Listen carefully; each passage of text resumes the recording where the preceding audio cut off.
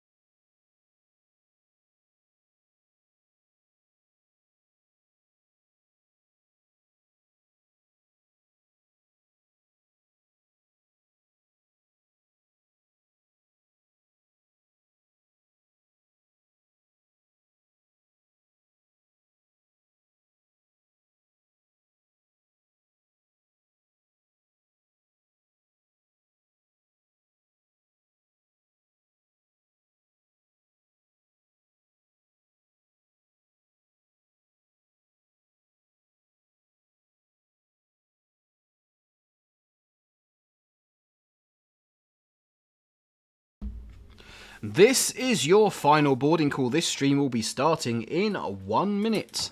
1 minute for the Penzance Pacer Dad Rail stream.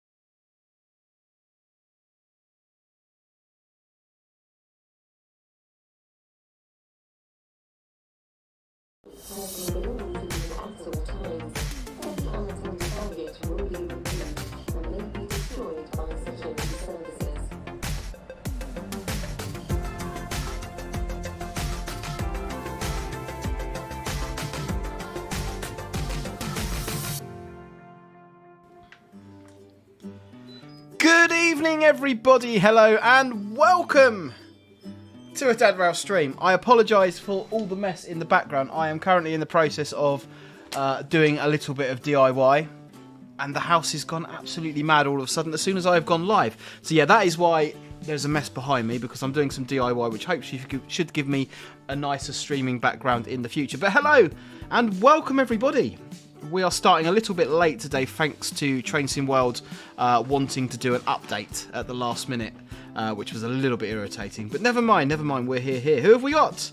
Artie, hello! Moderating away, thanks very much for everything, bud. GJ Barnard, Vince, John, Bedus, Pig and Bob, Alex Fella, Trains at the Station, Super Tram, Opera Powie, Dad Rail is my dad. Yes, I can confirm I am, as far as I know. Mum Rail?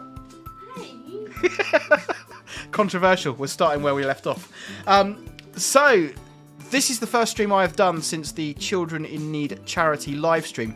Now, there was supposed to be a whole debrief after the Children in Need charity stream where I went through and thanked a lot of people, but I have just been... I've had a little bit of ill health, combination of that and working and DIY in the house. I just haven't got round to that. So, with the Just Giving page is still open, justgiving.com/dadrail. We have raised just over about £2,050 in that ballpark, which is absolutely fantastic.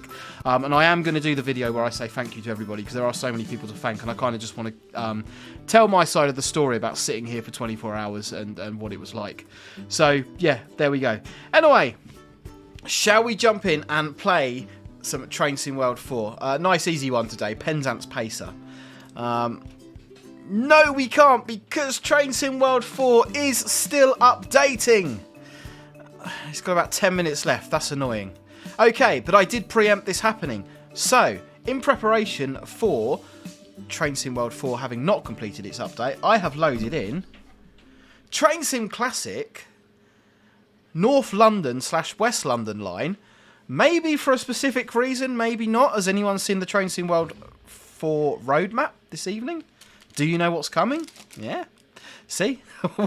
we preempted this delay. So if you are watching this back and you are expecting to see the Penzance Pacer stream, jump forward about 10 minutes and we should be playing the Penzance Pacer about 10-15 minutes. So what we're going to do, because I've not done this one on Train Sim, we are going to take... That's tea and biscuits for the manager straight away. We are going to take the 378 Capital Star up to Willesden Junction High Level. By the time we've done that, hopefully... Train Sim World 4 will be working and we'll be good to go. So, no, Artie, this is not the Goblin line, but this route does have the Goblin featured on it. But we're not doing that particular section of the route. Yeah, so that's all I'm going to say on that. So, let's see if we can get some audio working as well.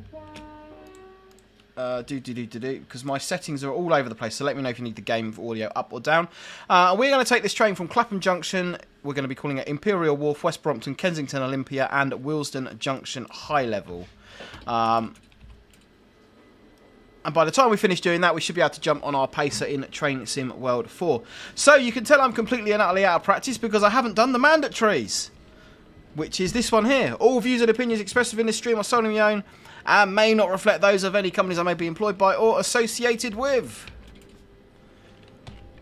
Right, so I do sign the West London line in real life. This has recently been re-signalled. So, oh my goodness, the sounds are absolutely dreadful. There's no AP packs on this. This is the kind of default train and it doesn't sound very good. Yeah, so this has been recently re-signalled, so the speed limits have changed, so I've got to try and remember how they used to be. RT audio sounds decent for me, fantastic. Yeah, I assume you mean the volume level there, because the train audio is not good. Right, we should be able to turn the HUD off, and we should be able to drive this. There's an AWS magnet there, that's strange. Okay, this signal here is not here in real life. There is no signal here in real life. And we are on the down West London line at the moment, just coming underneath the Brighton main line. It's 30 miles an hour. Yeah, volume level's not the train quality. Like I say, if you are waiting for the Penzance Pacer, we're just going to take this up to Willesden Junction High Level, and then we'll jump onto the Penzance Pacer. We're just waiting for Train Sim World 4 to finish a core route update, which is rather annoying. Okay, so after leaving Clapham Junction, this is the first signal you come to in real life. Supertram, I don't have the 313, but yeah, my earliest memory of the West London line is on the 313. Absolutely beautiful bit of rolling stock.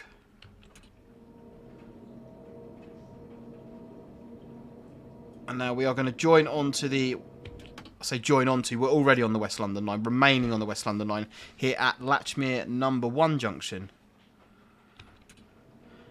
And the speed limit says 30 all the way through at the moment. And we've just passed over Latchmere number 2. Those lines take you up to platform 1 and 2 at Clapham Junction. Aaron Thompson, did you see London Overground Barking Line coming to Train Sim World 4? I did. That is the kind of route that I like to drive. I do like sort of metro routes with a bit of stop-start and stuff like that going on. So that is the kind of route that I like to drive. So that does appeal to me. So I am looking forward to getting my hands on that one. Artie, I was told during my guard route learning never take a South Western Railway train down here. No, if you're on the Windsor side and you get an L in the theatre box for the Ludgates, or I think you get a D or a U if you're coming around on the West Londons. Yeah, don't take it. Don't take it.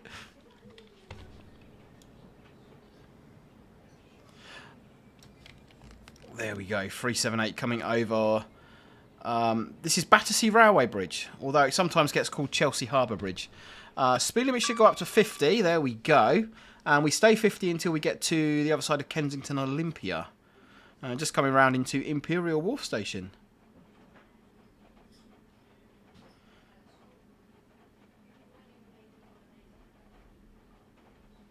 Yeah, Imperial Wharf is one of the newer stations in London. I think sort of early 2000s it was open. So, if you haven't been there, it's quite a modern looking kind of two-platform station. This is not a very good representation of it at all.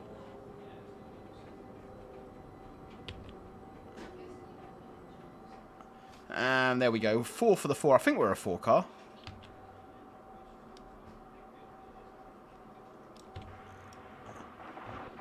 Imperial Wharf. No, where's the train gone? There it is. Okay, we're not even going to open the doors because we are purely doing this so we can get into the main feature of the route. Samuel Smith, does anyone know when the new London Overground route releases? I don't think there was a date given for it. I don't believe there was a date given for it. Supertram, what is that noise in the background?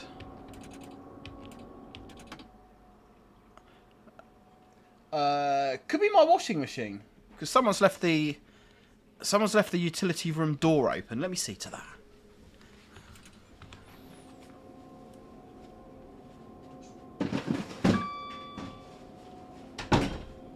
See if that's any better.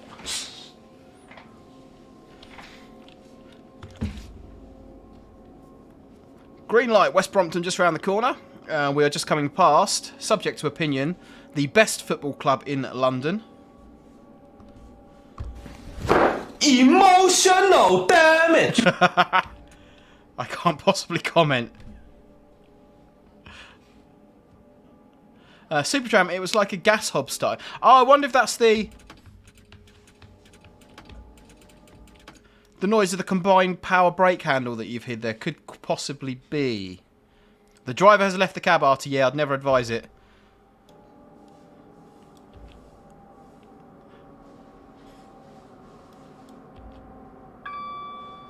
Brake step free, which is never good here at West Brompton.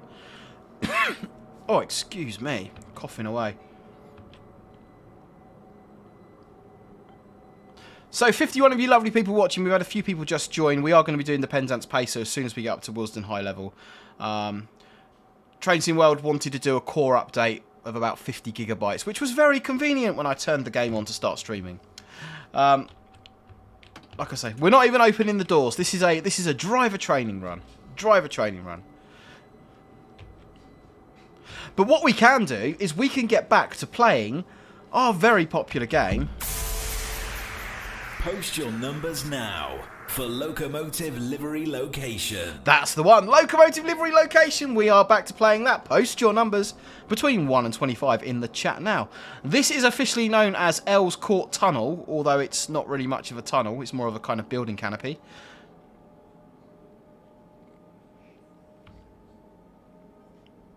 And we've got the district line passing underneath us now. Line speed's going to go up to 60 once we get just around the corner here. But we have got the route indicator, position 1, which is a 25 mile an hour crossover into Kensington Olympia. It's a lovely model railway featuring Kensington Olympia called Latchmere Road. Watch this space for information on the Dadrail model railway, that's all I'm saying. What do we got numbers-wise? Artie, you are the third number on my screen. It's unlucky for some, but lucky for you. Number 13. Let's get it into Kenny O. and we will do a reveal on number 13. Today's picture's been sent in by Roblox Olympics. I think the location on this one is quite tricky. There's not much to go on. But if you know it, you know it. So there's our increase to 60. We're going over to the left with the 25. Into Kensington Olympia.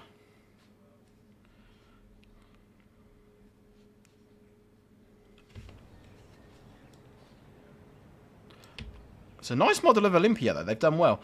Very popular train spotting location, Kensington Olympia. Often see people here filming as we come through. Ooh, brake step free for the stop. Very out of practice at driving trains. And there we go.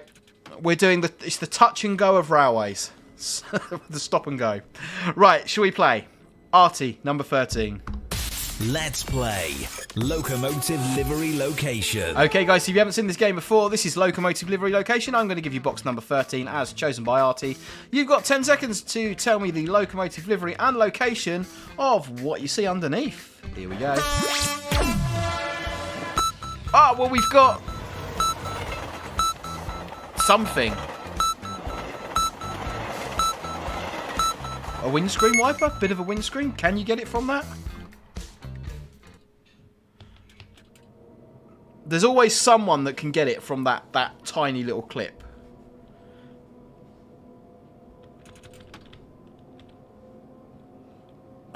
Artie, very out of practice. Know that feeling. I haven't been on a train for 2 weeks.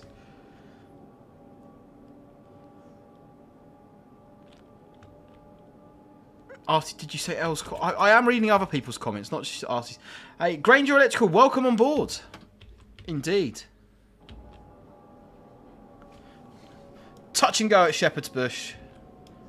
Of course, home to Westfield Shopping Centre. Dusty, is that a Vectron? Oh, okay. We do like a Vectron. Trains at the station, 185 or 360.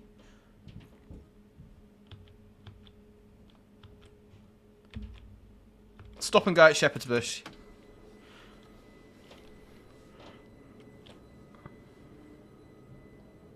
Hey, prolific player, DMI coming up in January, passed all my tests, fantastic. DMI, for those of you who don't know, is driver manager interview. So once you've passed your psychometric tests, you'll be invited to a driver manager interview, which is where you sit down in front of the manager and get asked lots of questions, sort of similar to your standard job interview. But no, well done, bud. Excellent.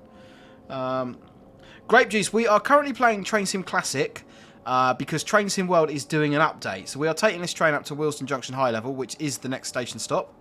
Once we get up to there, we're going to do our Penzance Pacer, because I do like a pacer. Everybody likes a pacer, I think.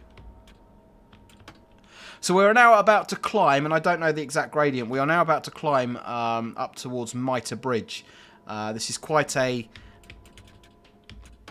steep climb when we're bringing freight trains up here. During wet conditions, if we've got heavy trains on, what we'll actually do is phone the signaller for a clear run all the way up. There's a signal right at the top, and if you get stopped on it, there's a good chance you won't get away. So there's a local operating instruction that states that basically if it's wet or you've got a heavy train on or you've got any doubt that you might not make it up to the top, you contact the signaller and ask for a clear run. So they clear all the signals and get you up there without stopping, which is good. Okay, so speed limit's going to drop back down to 30. That signal does not have a theatre box on it en route, or does not have an illuminated theatre box for the main route. And it's got a U, which is also weird because we're on the down line. Okay, yeah, the speed limit should be dropping to 30 somewhere up here. There we go. And you can see the gradient as well. I've just shut off power and it's rolling back. Lovely.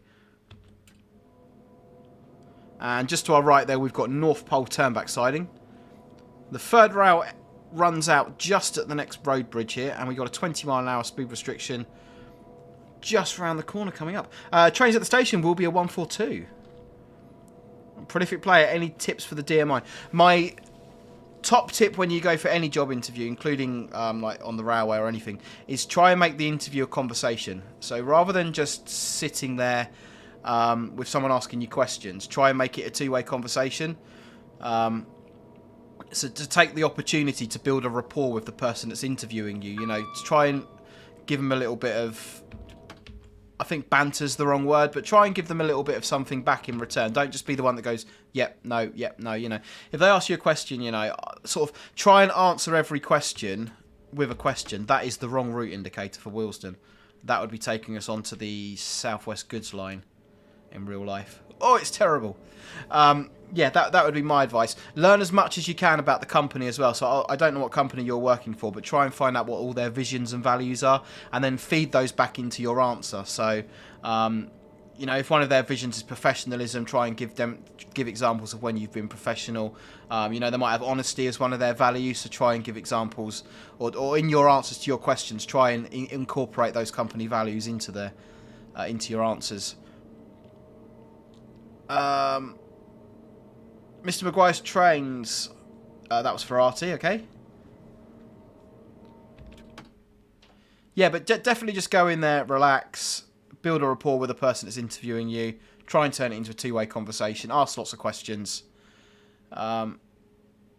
Yeah, try and establish a bit of a common interest. If you can establish a common interest with someone without sort of directly saying to them, oh, what sort of things do you like? You know, if you can kind of, what are you into? If you can kind of establish a common interest somewhere and then kind of steer the conversation in that direction, they're more likely to remember you after the interview because they've enjoyed their conversation with you. So yeah, it's all about just building that rapport. Mr. Maguire's trains, I've got absolutely no idea, I'm afraid. Yeah, my other thing, prolific player, would be, remember when they ask for examples, they have no way of checking. So if they want an example of when you've been professional, when you've gone above and beyond duty, they don't have any way of checking that. So I'm not saying you should lie, but maybe, you know, be creative. Be creative. As we are now arriving at Willesden Junction, high level.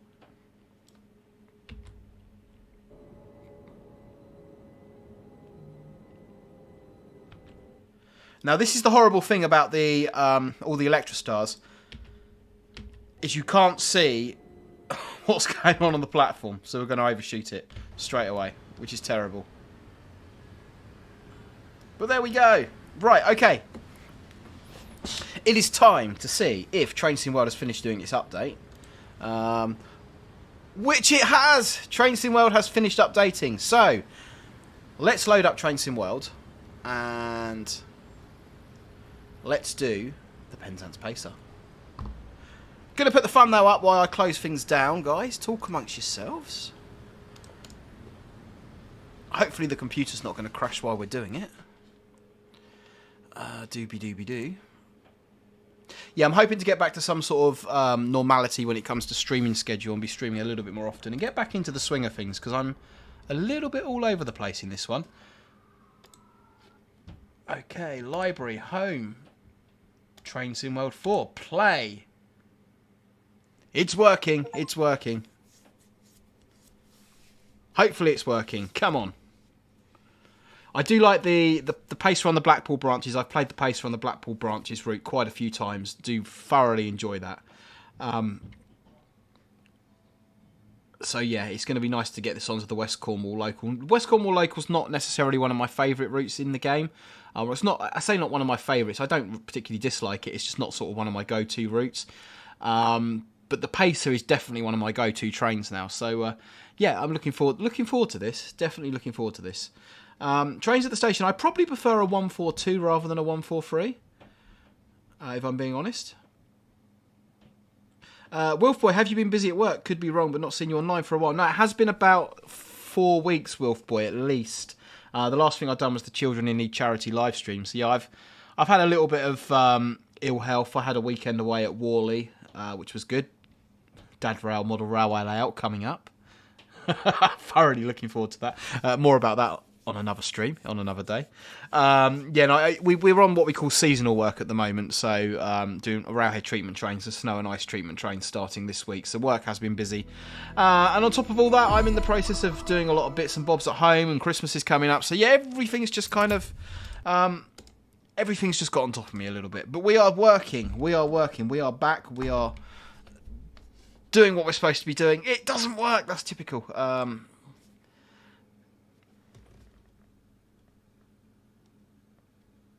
No, please work. Okay, let's put that on auto. Way! Right, let's make that a bit bigger. It was all going so well.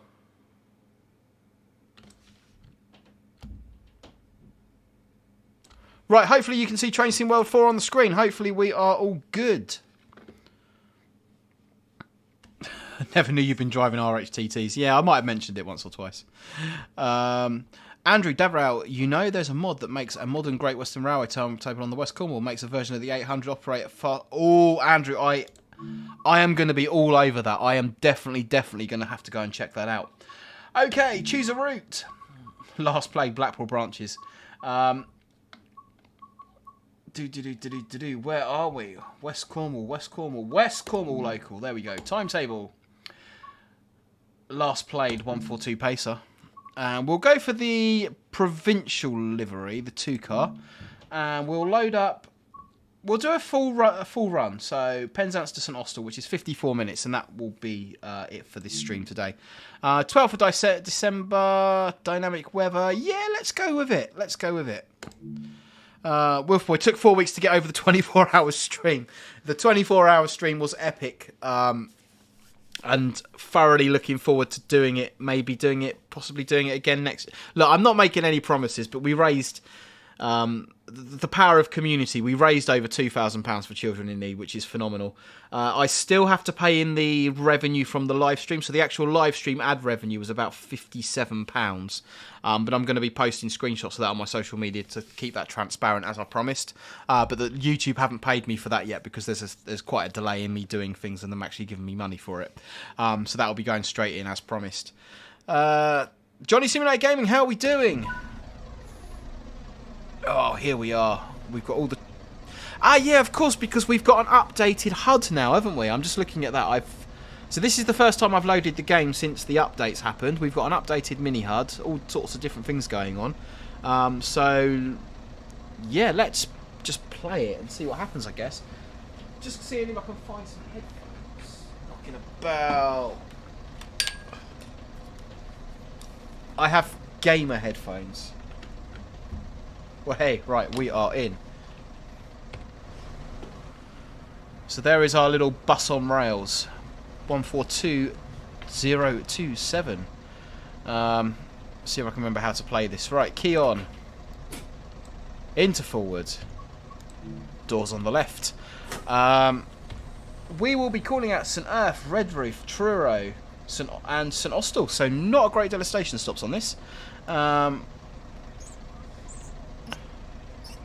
Have we got the West Cornwall stations on the destination board, though? That is the question.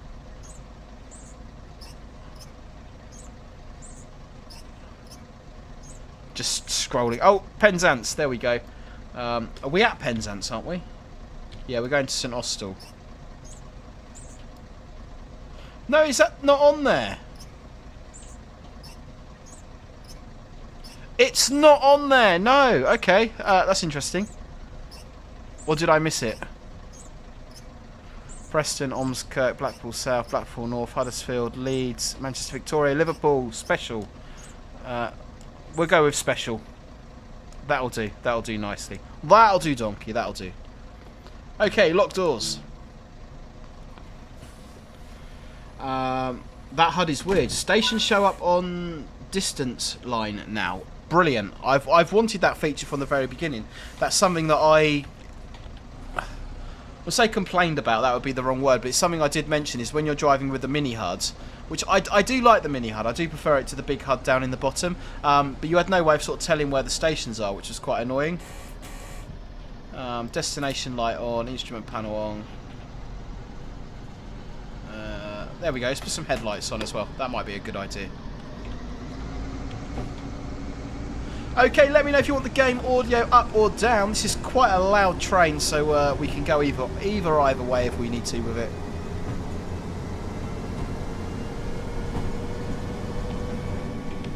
As we do clickety-clack along in the pacer.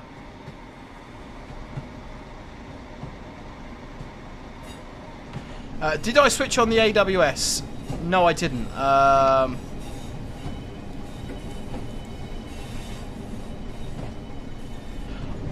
Oh, there we go. was going to say, I can't remember where it is on this. AWS is on. We are driving with safety systems. W4LT audio is fine for me. Excellent. Great stuff.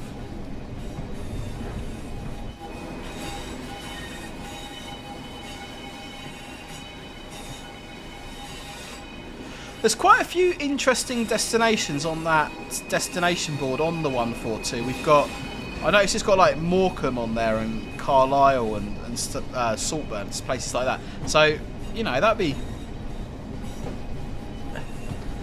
we have had it on other trains though, haven't we? We've had destination boards with lots of destinations on them. But it'd be nice if some of those were to be realised. Morecambe, I think, would be a really nice one. The Morecambe line.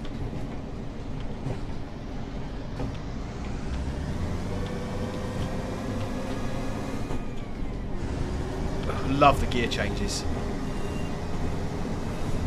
Hey, Sensel's Dust. Sorry if I'm saying your name there. Hello. How are we doing? Sensel Dust Trains and Planes. Aeronautics 237. I've never seen Pacer gameplay until now. Yes, I think we've done Blackpool branches once on the channel, and we've done it on the 24-hour live stream. I'm definitely going to jump back into that and play it again at some time, because it is a really, really nice add-on. The Pacer is a pretty nice drive in this game.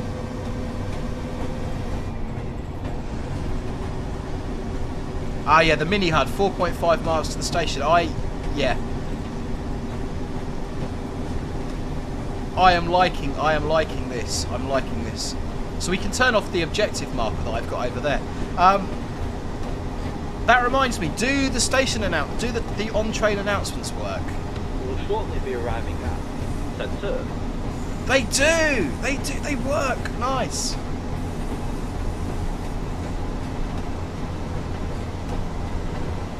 I hope that red signal's not mine down there. No. Be a little bit worrying. Senseless Dust Trains and Planes. Absolutely love this train. I think I'll get the Blackpool branches. If you were going to get any route at the moment, I'd say Blackpool branches. Oh, that was a Lumo. We allowed to say that? If you're gonna get anything at the moment, Blackpool branches is definitely the one to get.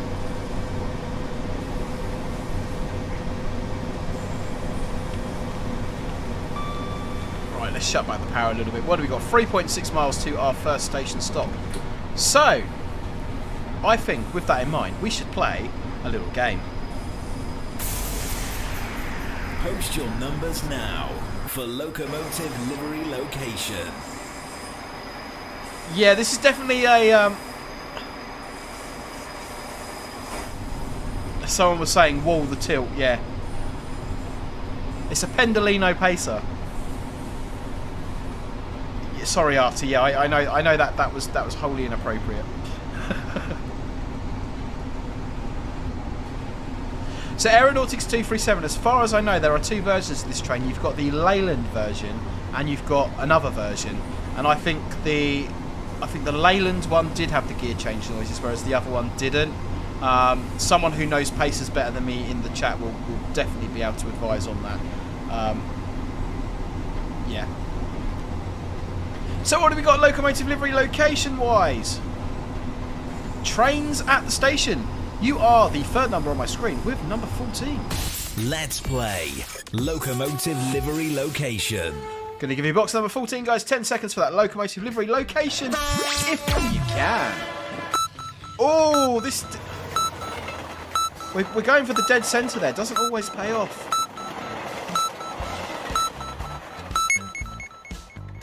What are you thinking? Are you getting anything from that?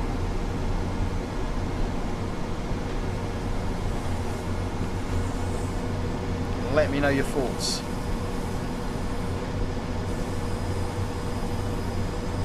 A bit of an echo, yes, right, okay, there's a reason for that. The echo should be gone. Thank you very much for pointing that out, bud, Formula 47. Hopefully that's fixed it. Senseless Trains and Planes. I do believe the other engine is a Cummins. Yeah, I do believe you could be right. I do believe you could be right with that.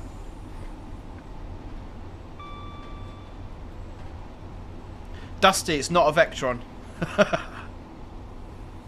We have not yet done the Vectron on Train Sim World or Train Sim Classic. We did attempt to do it on Train Sim Classic on the 24-hour live stream with limited success. So that's another one that I do definitely need to do, is jump onto the Vectron at some point. I am most definitely a fan of the Vectron. I've had the pleasure of riding behind quite a few of them in Germany. They are very nice locomotives. Formula 47 still got an echo. Interesting. Okay. I'm not entirely sure what's causing that then. Is it an echo on the microphone or is it an echo on the game audio? I'll have to have a little play with that.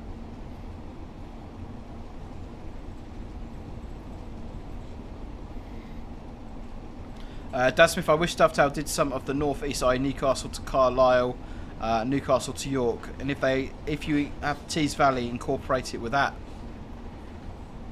Yeah, Tees Valley is another one that I've never really played that much. I think I've done it once. That would be another good one to jump into. There's a couple of people on here that are not hearing an echo. That's interesting.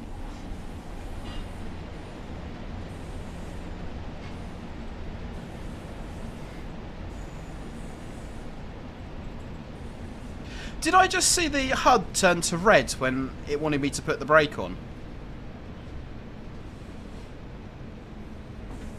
Was that a thing or was that just my imagination there? GJ Barnard, no echo for me. I think I've already said that. Aeronautics, locomotive location livery. Looks like a train crashed into a tree.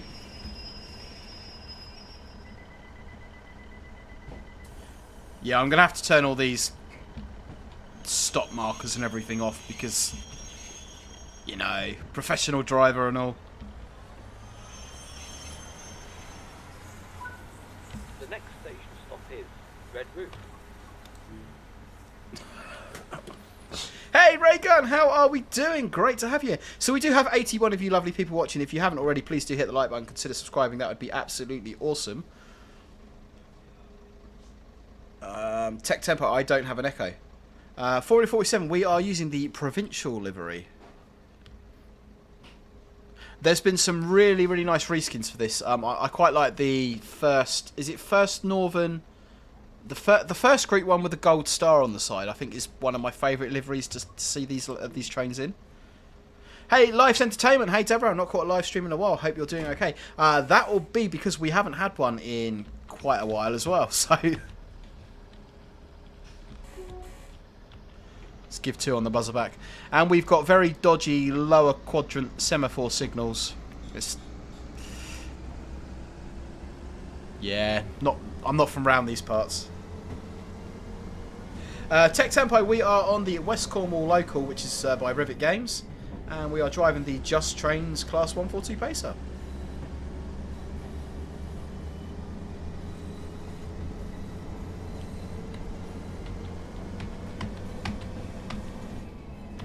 Richard Andrews, enjoy your video, Deborah. I love trains like you, my friend. Thank you very much.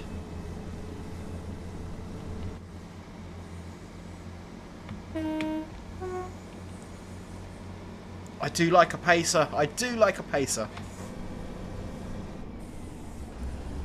I'm loving the... I've just noticed this as well, and it might be because I've got the enhanced signal mods installed. Or it might be because there's been an update. The signals look really prominent and really nice.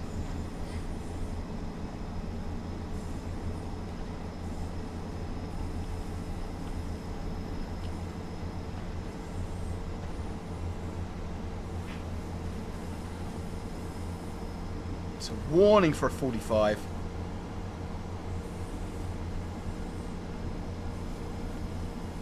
This thing seems to be absolutely racing along today.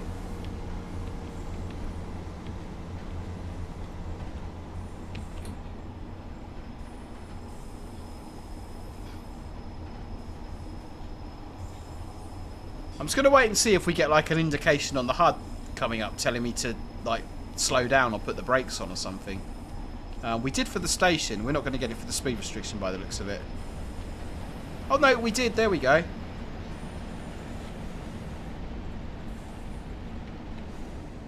That's quite a nice touch, I guess.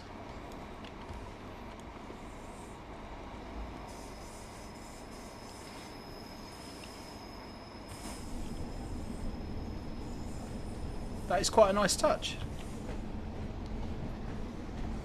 Alex Feller, the signals do look better. Yeah, I think they do. I think they do.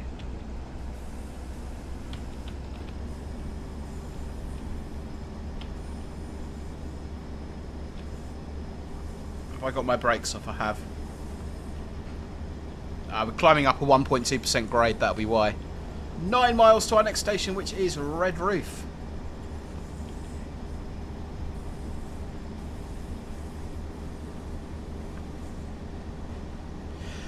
Yeah, Wolf Boy. Is it Wolf Boy?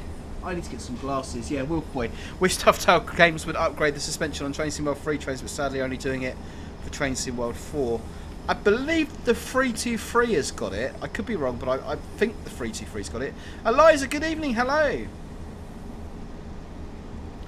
Formula 47, no worries, but hopefully hope you're feeling better soon. Francis, hello. Francois, sorry. Saying Francis, how terrible of me.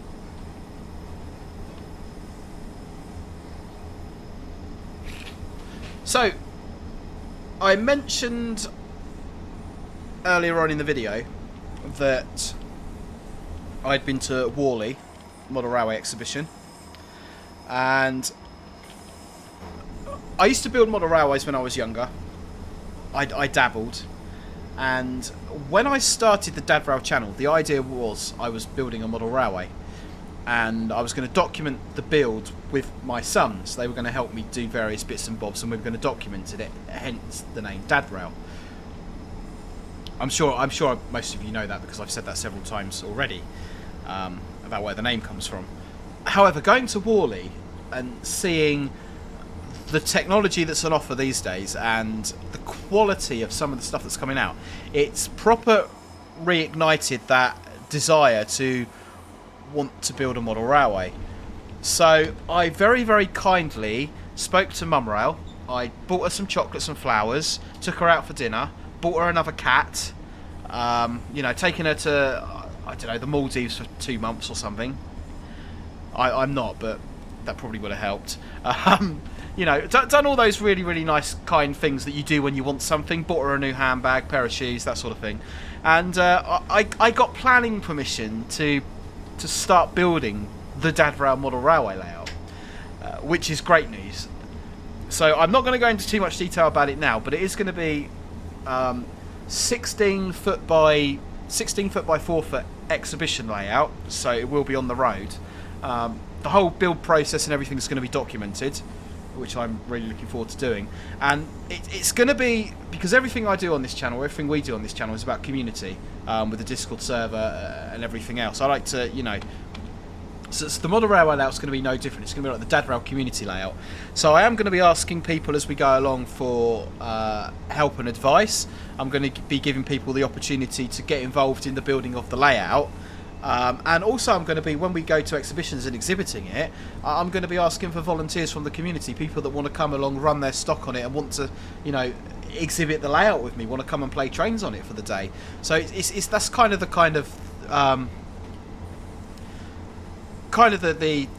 story behind it. So I'm going to talk a bit more in detail about what the actual plans are for it and how it's going to move forward in the future.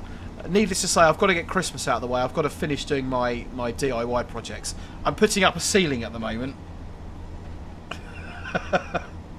Yeah, so it's a bit all over the place at the moment here. So I've got to get that finished, get Christmas out of the way. And there's a 50, and I'm too busy talking about model trains.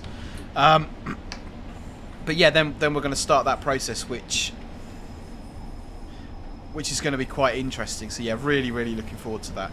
But yeah, I will talk more about that and kind of go through my plans in a bit more detail. But as such, I have bought myself a Bachmann Class 37 DCC sound fitted.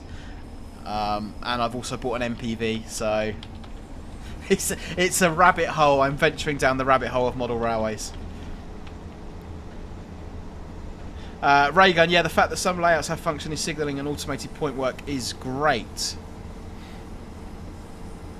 It absolutely is, and that's one of the things. Like I said, I'm not going to go into too much detail now, but the layout will have automatic operation on it as well as manual operation, and the idea is the automatic trains will respond to the manual trains. So if I set a signal to danger on the panel, the automatic train will stop at the red signal, allow me to do my shunting, and then when I clear the signal, the automatic sequence will start running again. So there's always going to be something happening on it. But yeah, like I say, I will talk in more detail in a future video. Artie, yeah, definitely going to need more forms. Raygun, you'll have to break out the driver's salary there, Richard. Yeah, the trouble with that is, I like I say, wife, 4 children. So the driver's salary doesn't go very far as it is. So, but yeah, definitely looking forward to getting starting with that.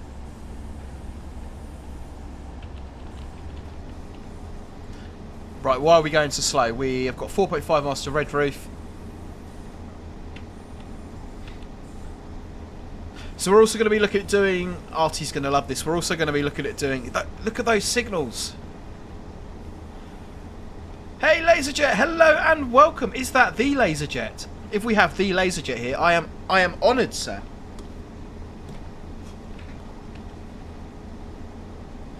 Dusty. 1 yellow. ABC train controlling isn't that good yet if you plan to implement it. ABC was one of the ways I was going to do it, and I spoke to DCC Concepts at Worley and had a little chat, and they were sort of they sort of told me the limitations of it, but I think I can overcome the limitations using a little bit of logic and maybe a Raspberry Pi or two. So we'll see what happens, but yeah, definitely got potential. Yeah, Artie, what are you going to love? We're going to be planning, going into the new year, we're going to be planning a few more community meets-ups and bits and bobs, which is going to be interesting. So, be more forms, Artie, you'll love that. Definitely going to do, probably around Easter time, we're going to be looking at doing the National Railway Museum up in York as a community meet. And I'm also looking at holding a couple of charity events during the year, because like I said, we've done the Children in Need live stream, read ahead, which was fantastic. So I'm looking at doing a treasure hunt type event, probably in London, like London Transport treasure hunt type event, and a few other bits and bobs throughout the year. So yeah, watch this space. Laserjet, I'm good, thank you. It's absolutely brilliant to have you here.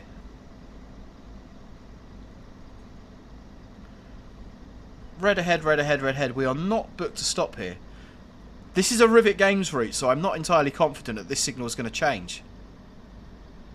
All views and opinions are my own, of course.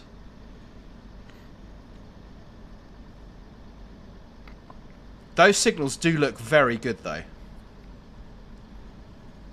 I do need to read through the changelog to see whether that is because I've got the mod installed or whether that is because the signals have been updated. It worked! The passengers are very disappointed that we didn't stop.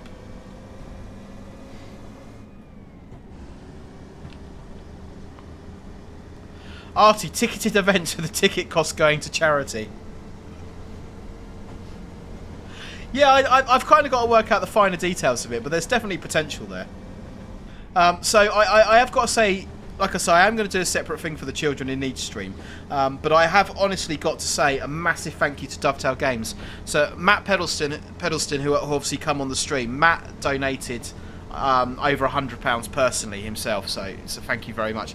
And Dovetail Games, as a company, put in £250. So, you know... yeah.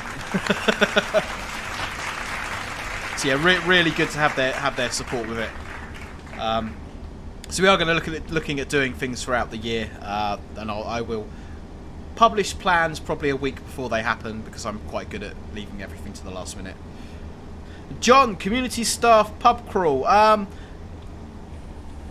Yeah, John, you're in the railway staff group on Discord. There will definitely be, just after Christmas, there will be a community staff pub crawl event, which will be for railway staff only, I'm afraid. But you do qualify, John.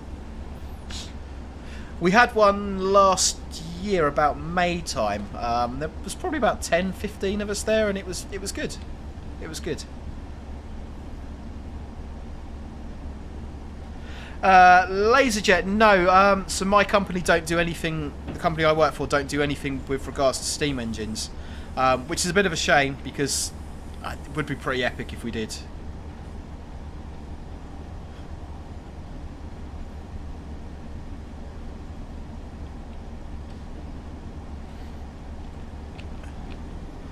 Yeah, I've only driven a steam locomotive once, and that wasn't a full-size one. That was on the Romney Hive in Dymchurch, and it was only round the loop at Dungeness, but great experience. Aeronautics, I don't see the signals on the changelog. I think it is the mod. It is possible that the signals have always been that way on West Cornwall, but I don't have it. Yeah, I don't know. They just look pretty good. They look pretty good. No, Laserjet, no worries. You're always welcome to ask.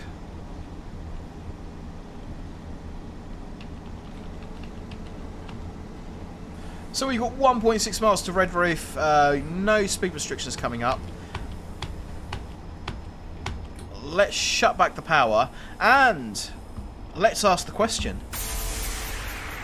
Post your numbers now for Locomotive Livery Location. I didn't ask Alexa anything. We mustn't say the A word on the stream because everyone starts going mad.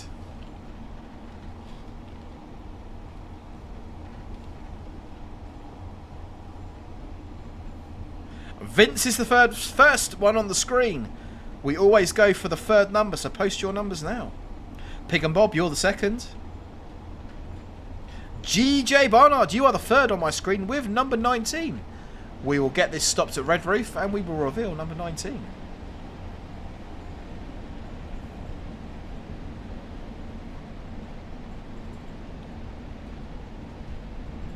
ZH, I've never driven a Nazuma in real life. I used to drive class 395s, but only ever as a shunter driver, so I could only ever drive them... Oh, I am going well slow here. I could only ever drive them from the yard to the station, or sort of around the yard, just for shunting purposes. But yeah, I've never driven a Nazuma, but I've 395s. They're reasonably similar. They're all Hitachi. The fastest high-speed domestic train in the country, and I was only allowed to drive it at 10 miles an hour.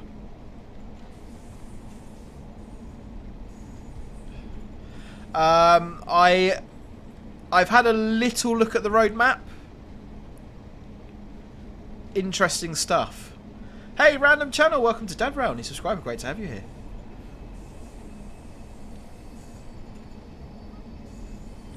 Yeah, what does everyone think about the road map and the things that have been announced?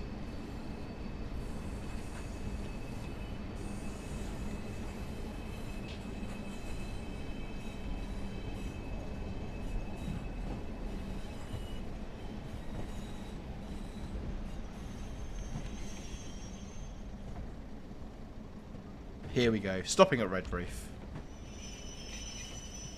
I wonder if we could put the Pacer on the Peak Forest. Did Pacers ever run on the Peak Forest line? Or had that closed down before it opened? I mean, rule one, we absolutely can put the Pacer on the Peak Forest because, you know, my railway, my way sort of thing. But it'd be lovely to have some diesel traction on that because that is such a nice route to drive. But I just don't enjoy driving it on steam train because you can't really appreciate it. Okay, Locomotive Location Livery, GJ Barnard, you are the third number on my screen with number 19. Let's play Locomotive Livery Location. So, going to reveal box number 19, guys. 10 seconds for that Locomotive Livery Location, if you can, please. Here we go. Oh, I reckon that's helped a little bit. I reckon that has helped a little bit.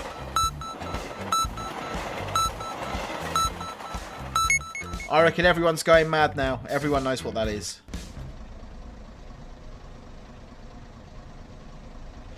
W4OT slightly biased, but the new London Overground route looks good. Wookie, does anyone know what route the Class 104 will be on? I would probably say my previous comments about a certain route that the Pacer may or may not have run on. That could work. Aeronautics 237 Network, a turbo grape juice. Looks like a 165 or a 166. Wookie 390's gone 166. ZH 166.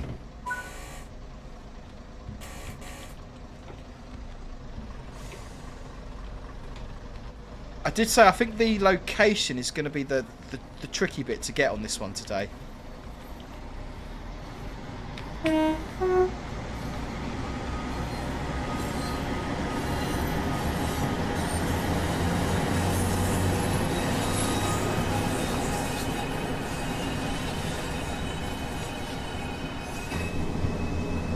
It is always nice when we get a variety of rolling stock on a route like that. Wolfboy Preston. Not Preston. You will shortly be arriving at Truro. The next stop is Truro.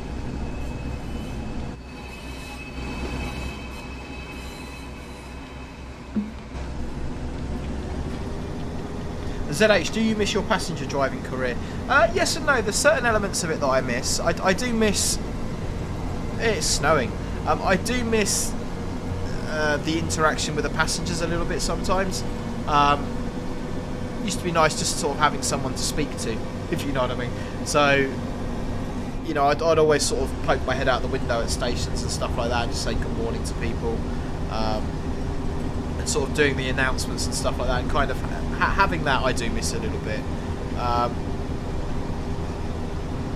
I definitely enjoy what I do now more than I enjoyed driving passenger trains. There's a lot more variety, there's a lot more it's a lot more kind of operationally hands-on doing freight work, and I enjoy that. Yeah, there's nothing wrong with driving passenger trains at all, and if I had to go back to doing it, I would do it, and I would recommend it to anybody as a career. But for me, freight is definitely where I want to be.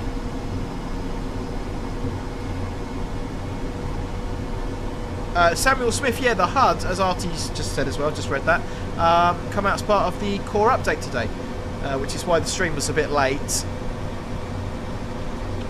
because we had to wait for the game to update, which is typical. Right, let's put some wipers on.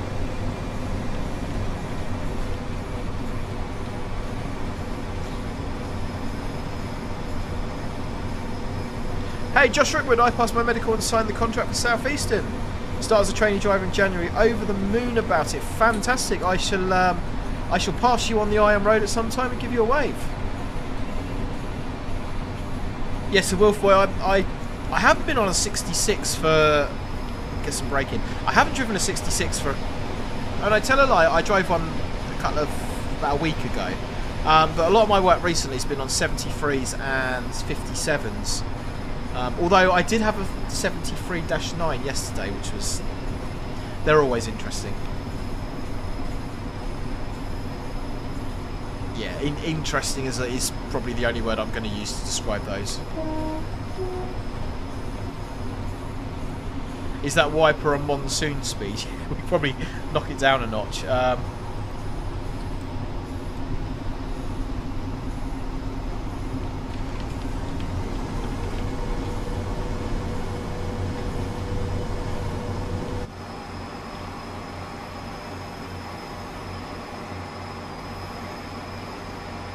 It is nice.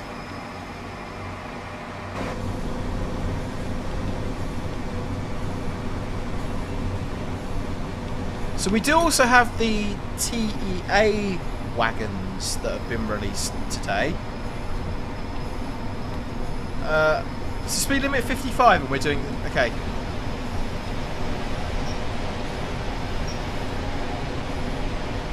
Go on then.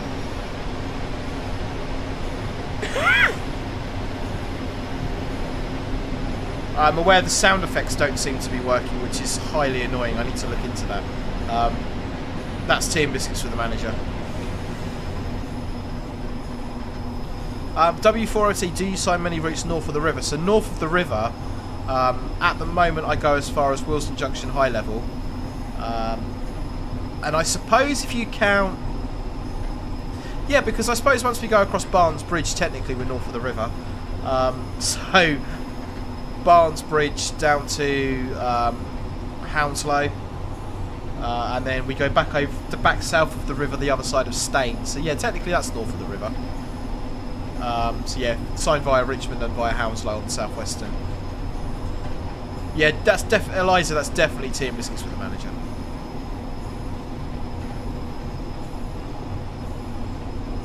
Idiotic lasagna! How can a lasagna be idiotic? They're fantastic. Do you have to be a UK citizen to drive trains in the UK? I'm aware some countries do have that. Not as far as I'm aware. As long as you've got a work permit or a visa, I don't think there's any problem at all.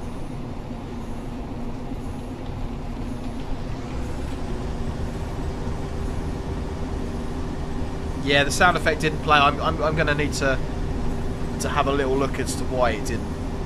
I can play it manually.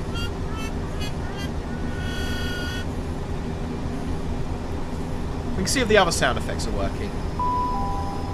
If you see something that doesn't look right, report it to a member of staff or text the British Transport Police on 61016. See it, say it, sort it. We missed the 37 now.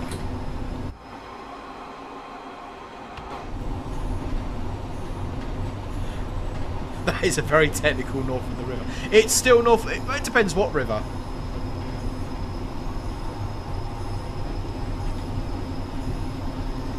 I have a cat harassing me.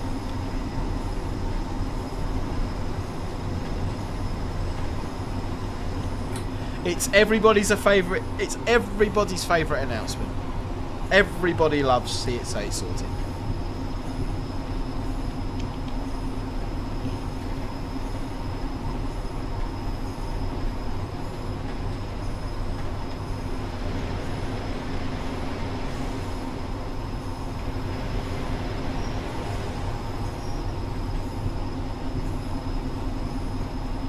Bouncing along on a pacer.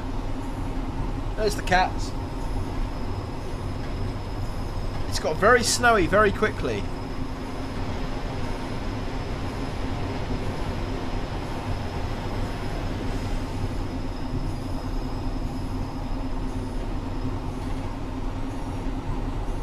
Uh, 2.5 miles to Truro.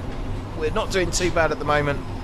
Only one lot of tea and biscuits from the manager. Josh Rigran, what do you think of the suspension physics on the pacer? They're good. And they're varied, which I like as well. So if you're on a main line like this, it's quite smooth, but if you get on jointed track, it's very much dudum, dudum, dudum, dudum, like the old nodding donkey that they are. So I think they've made a good job of the... We've done 100 miles in a pacer. I think they've made a very good job of the suspension physics.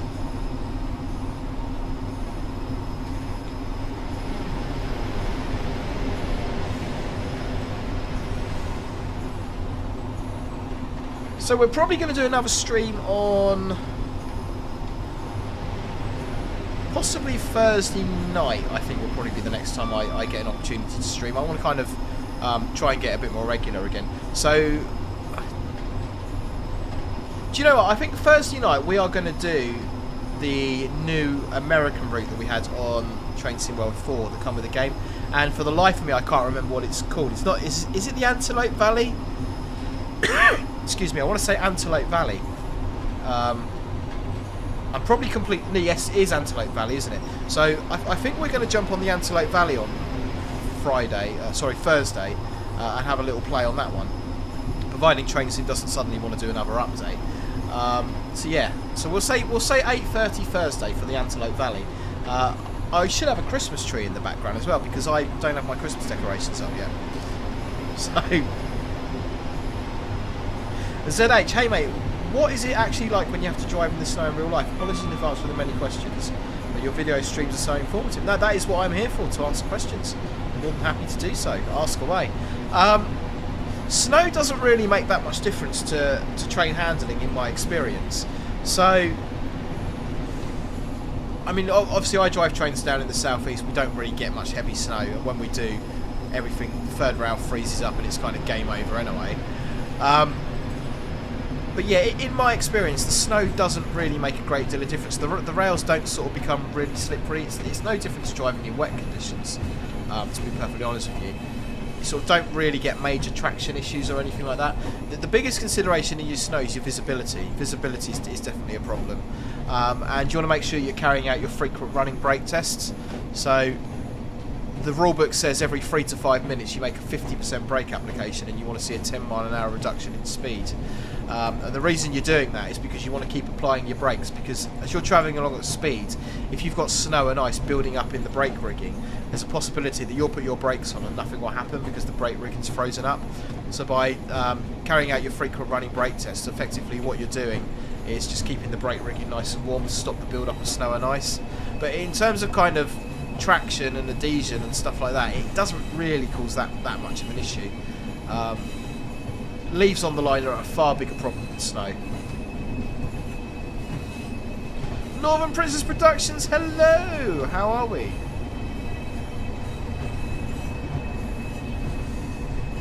Yeah, you can see here we're coming over the jointed track now, and the physics on the pacer have completely changed. It's really bouncy.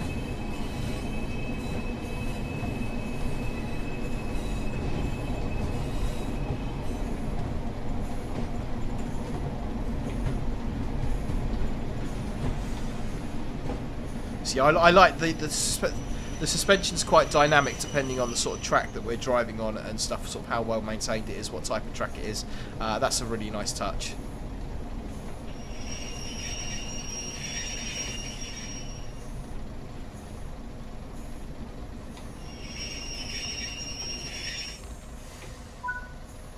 Bit heavy on the brakes there at the end, but not a problem, not a problem. Josia's Journey, sorry if I'm saying your name wrong. Dabra, when do you use the depot whistle, coming out of the depot or going into the depot? So basically any time you're in the depot is when that would be used. So if you don't have a depot whistle, typically you would use the low tone on the horn. However, that can be quite loud and start deafening people, so we try not to do that if we can help it. But yeah, depot whistle's not supposed to be used out on the main line. I mean, if you're using it out on the main line because you're blowing your whistle for train spotters or something like that, or enthusiasts, that's fine. But if you saw like P-way stuff on the track or anything, you wouldn't use it. But then there is a little bit of a common sense approach now. Like if I was stopped here now and there was someone in orange standing on that crossing, I could give them a toot at my depot whistle and they could acknowledge me. So there is a little bit of common sense that comes into play as well there with it.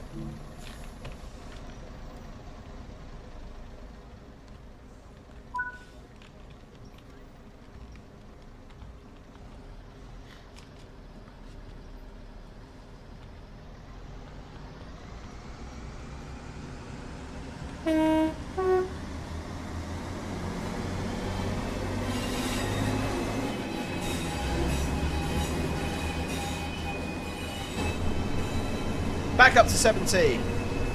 Northern Princess Productions, I am pretty good. How are you? Also, have you seen the Pacer announcements work on this route too? The next station stop is Penzance, where this train terminates. They certainly do. Yeah, we did have a little play with them earlier, to be fair. ZH, you must have guessed the next question. What sort of issues do leaves on the track cause? I have only recently come across your channel. Great find, excellent. Yeah, leaves on the line are the national joke. They are absolutely a real problem. And indeed, Network Rail spend millions of pounds every year to try and combat them. Tens of millions even. Oh, that does look nice.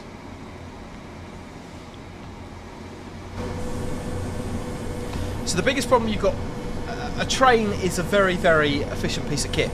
You've got a steel wheel on a steel rail, which gives you very little friction.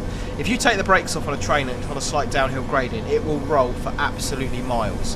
One of the examples I'll give you, if I'm driving our gypsum service that we do, I can roll from a place called Worting Junction, which is near Basingstoke, all the way to Chertsey, which is probably a distance of about 40 or 50 miles, and it will just roll.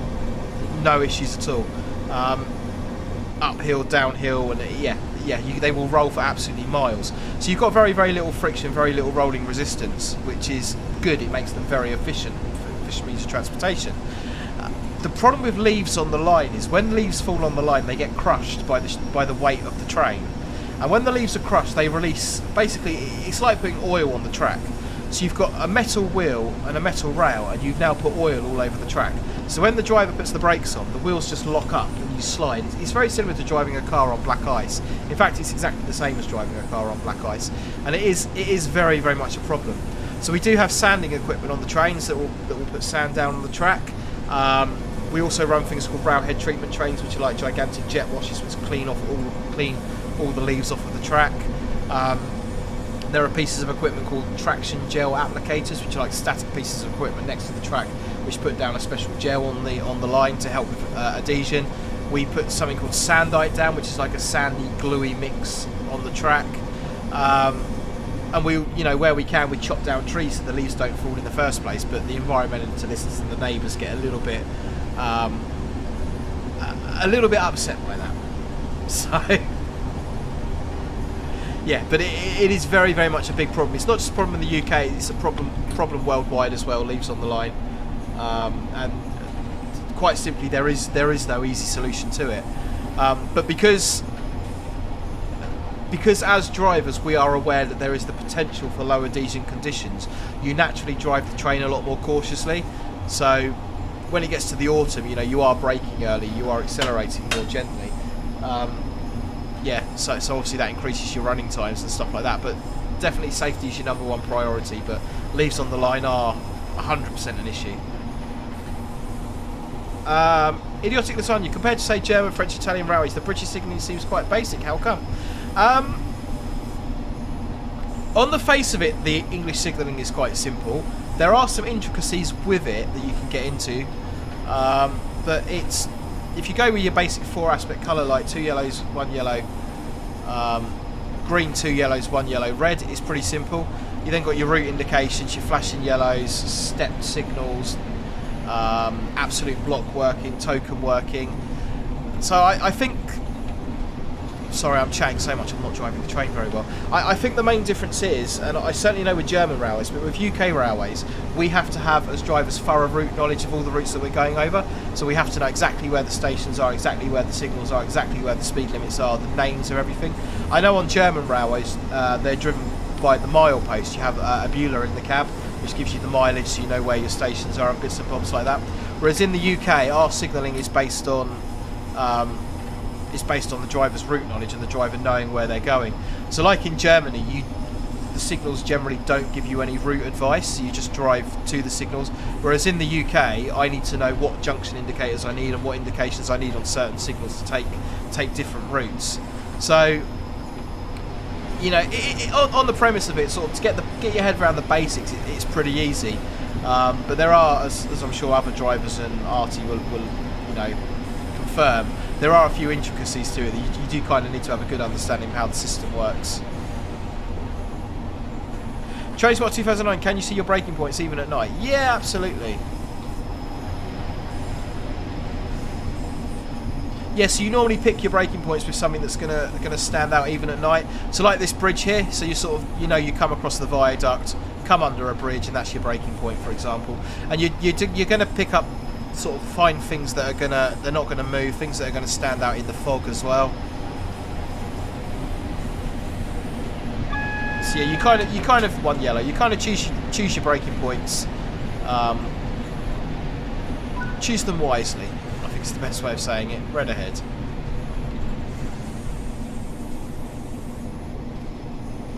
So we're currently running under what's known as 2-aspect signalling. So each signal we go past is only capable of displaying 2 aspects. So the signal we've just gone past is a distance signal. We know it's a distance signal because it had a triangle on the signal post. So you can have a triangle or an R, which would indicate it's a distance signal, and that signal can show us green or yellow. That's the only 2 aspects that signal is capable of showing.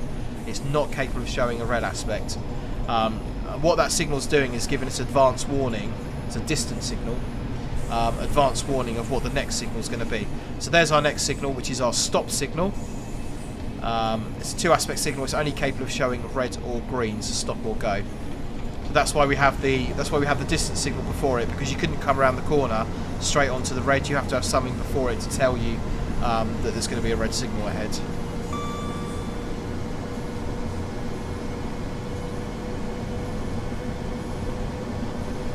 Yeah, Artie makes a good point there as well. The system itself is much more intricate than it seems. There is interlocking and so many different things happening at once.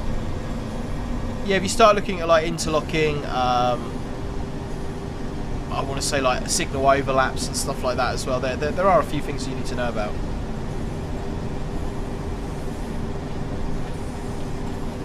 Trainspot 2009, what's the most stressful thing about being a train driver? Delays, put simply. So you can go from everything being perfect in the world to driving along without a care in the world to everything going wrong literally in the blink of an eye. And your workloads can go from being limited, you know, we're quite happy, we're driving along, looking out the window, enjoying the weather, to 20 things have just gone wrong. And it can happen just like that. And you've got to be able to process that and deal with it with safety in mind at all times, and following the rules and doing everything right. So generally speaking, I wouldn't say it's particularly, I mean, I don't stress about most things anyway, I'm quite a calm person. But yeah, I would say definitely when you're getting delayed and stuff like that can be quite stressful. If you're on your last trip home and then you get put behind a stopping train, you get put behind a freight train, get put behind a passenger train, I should say, as a freight train driver, that can be quite stressful, but it's an annoyance rather than a stress, if that makes sense.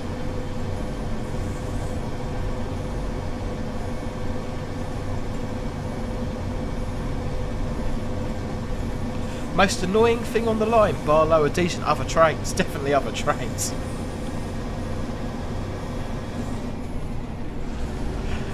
Yeah, definitely other trains. Following other trains. When the signaler's put... Now, Artie's a passenger driver, so Artie will have a different opinion. When I'm driving a freight train and I'm not stopping anywhere, and the signaler puts the all stations train out in front of me, and then I follow it station to station, and I'm already 45 minutes late, that's annoying. See, Artie will say when you're on a fast express train and the signaler puts a 60-mile-an-hour freight train out in front of you. But yeah, at the end of the day, it doesn't matter what you're driving, whether you're driving freight or passenger. You know, we're all there to do a job, get everyone and everything where it needs to be safely. Right, St Austell, 7 miles. So, let's play a game. Post your numbers now for Locomotive Livery Location. Let's have a go at Locomotive Location Livery. Locomotive Livery Location. I don't even know what my own game's called. And that's how bad it's got.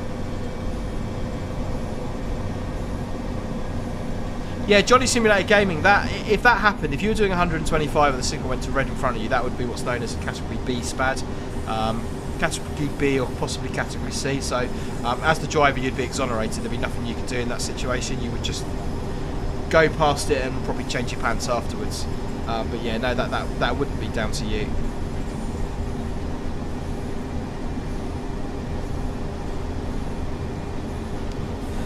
Idiotic lasagna, I've never heard of that. Certainly not in the UK. A minimum speed limit. Yeah, no, I've never come across that in the UK.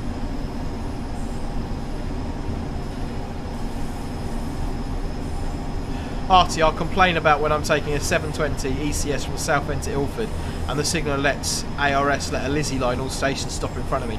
ARS is automatic route setting, which is basically the signalman's version of autopilot, so it sets all the routes automatically.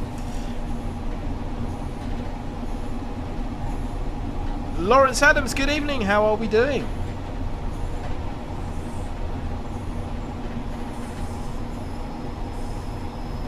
Did the Locomotive Location livery play? No one's posting any numbers. Post your numbers now for Locomotive Livery Location. W4LT, a Category A SPAD would be driver error. So it's when the signalling has worked normally, the signalling sequence has been normal, and you still ended up having a SPAD. Josh, with freight driving, is braking a lot more of a skill, as I'd imagine the weight and length of all the different trains you drive vary a lot more than with passenger. Yeah, definitely. Passenger trains tend to be... So, I've got experience of doing both, so I am qualified to answer this. When you drive a passenger train, it's almost like driving by numbers. So, if you're accelerate to 50 miles an hour, shut the power off, apply brake step 1 as you go past the AWS magnet for this signal, and the train will stop. And you can do that lower Dijon, you know, not taking into account lower Dijon and poor weather conditions, but you can do that every single time and it'll work. When you're driving freight trains, you're driving a lot more on the feel of the train. You've got different lengths of trains, you've got different weights of trains. The way the braking system works are completely different. For example, on a modern passenger train, when the driver applies the brakes, it sends an electrical signal down the length of the train, and every brake on every axle on that train will apply at the same time. Likewise, when they release the brake, every brake on every axle will release at exactly the same time. Whereas on a passenger train, I don't know why I'm driving so slowly, on a freight train, sorry, with the brakes controlled by an air pipe, when I apply the brake on the locomotive, if I've got a very long train, it could be 30 seconds before the brakes on the rear wagon apply. The brakes are going to sort of start applying at the front and then towards the back as it goes along. Likewise, when I release the brake, I might want to slow the train from say 50 to 30, but I've got to release the brake when the train gets to 40 miles an hour because it's going to take longer for that brake to release. So you are thinking sort of like that a lot more. And then when you've got different types of wagons, you've got different lengths of trains, different weights, all the different characteristics that affect the way you drive the train. Trainspot 2009, have you ever overshot the station? Only once. Yeah, I only once, according to my driving record. Right, locomotive location livery. It's been well received today. ZH, you're the third one on my screen with number 17. Let's play Locomotive Livery Location. Gonna give you number 17, guys. 10 seconds for that locomotive livery location, if you can. And like I said, I do think the location on this one is going to be a little bit tricky. Those boxes down the right-hand side will certainly help you a little bit with it.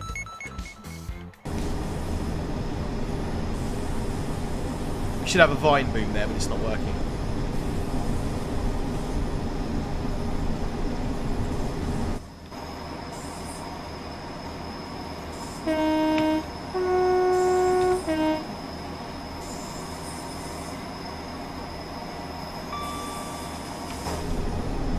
Got agree.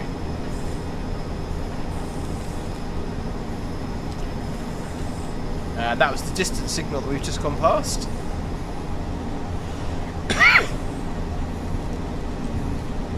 Grape juice, GWR class 166 or 165. GWR 166 at Oh, look at the volumetric fog coming into play. That is nice. Can't see a thing. Johnny Simulator Gaming, GWR 166165, Gatwick Airport. Ah, okay.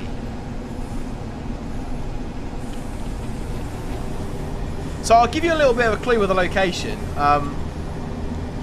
It is somewhere you would regularly see this train, but it isn't necessarily in the core area where this company operates.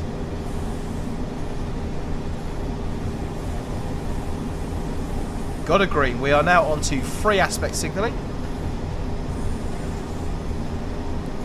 And we are 2.5 miles out of St Austell.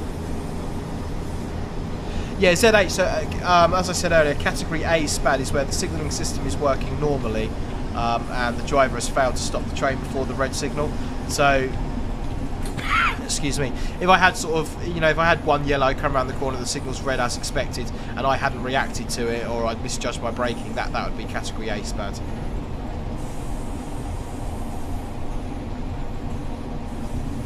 Aeronautics, it looks like it has volumetric fog.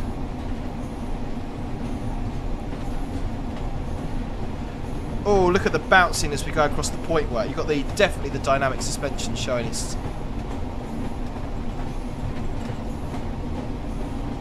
as we come onto the jointed track.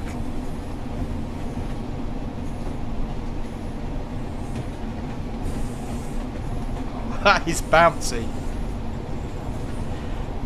Yeah, Raygun, you're thinking along the right lines in terms of, you know, stations where you would see it, but it's not necessarily that company's station, but it's not Red Hill.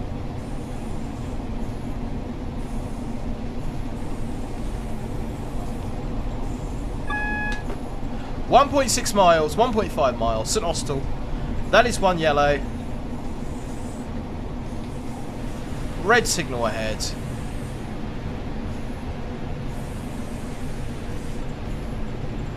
Tom Reed, the West Cornwall Local doesn't come with the Pacer. The Pacer is part of the Blackwall branches add-on. The West Cornwall Local comes with a 150, I believe. ZH, what is the longest shift I've worked? So the longest we're allowed to do, rostered, is 12 hours. However, I've done... it's going back a little while, but I ended up having to do 16 hours because I'd been stuck out somewhere. Definitely not out of choice at that point, but sometimes it's just... it can't be helped. You get stuck out in bad weather or snow, or trains break down, or signals fail, and you know, it's not like you can just walk away from it. You can't just shut the train down and walk away from it. You've just got to stay with it sometimes until your company can get you relief. Yeah, as Northern Princess Production says, that 150-2 and a Class 37-5 come with it.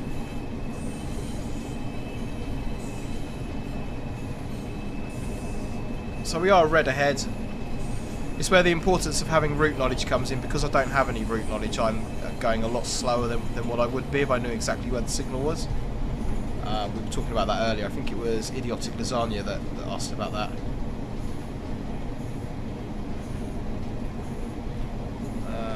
GJ Barnard, 166 Eton, Windsor. Lawrence Adams, tomorrow I have got... oh, excuse me.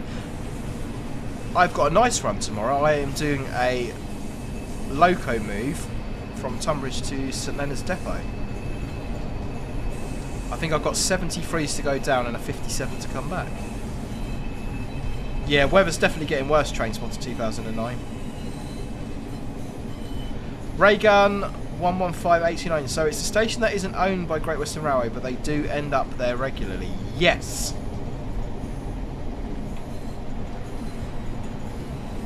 Yes, someone in the chat has already said the right answer.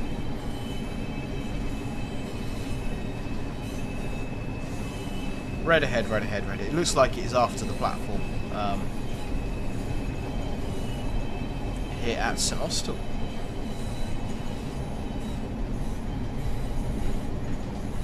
So just before we wrap the stream up, I do want to go and have a look at the new TEA tanker wagons that have been released.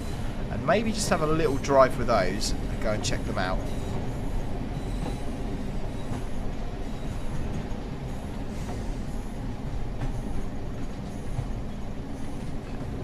Northern Princess Productions, no, a 57 in some sort of blue livery, unfortunately.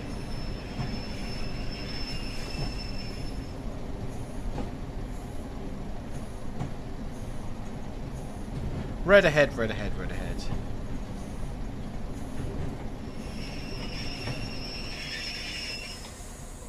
We will shortly be arriving at St Austell, where this train terminates. Hey! We don't have a DRA to set. And I bet I left all the passenger lights off. I know, everyone's got off. Not that I can say I blame them, not with my driving.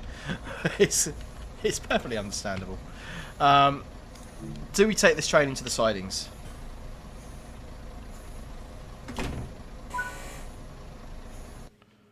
No, we don't. We're alright.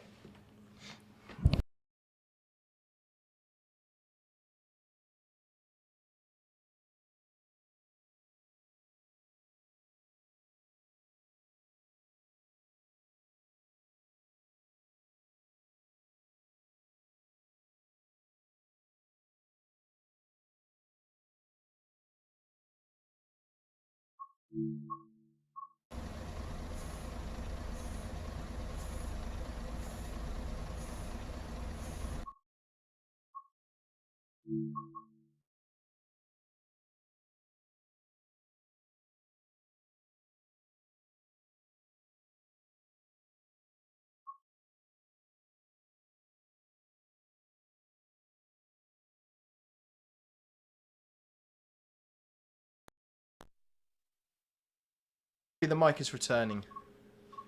The mic is back. I'm not sure what happened there. I somehow managed to get the wire to fall out.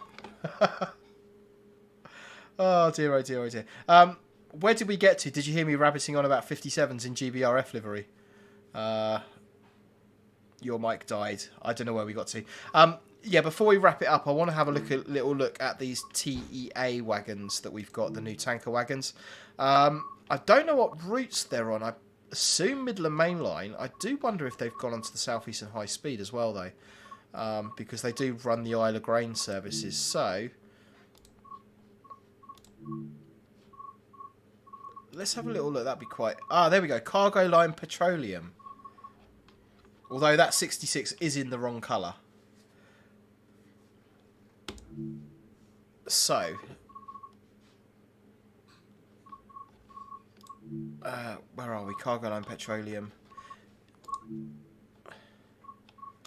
I need to download a GBRF one. I definitely need to download a GBRF one. So we'll go with that. Who Junction to Tunbridge West Yard? No.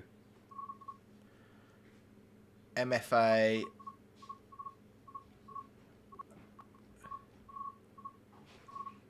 Have we not got, like, the TEA wagons on here?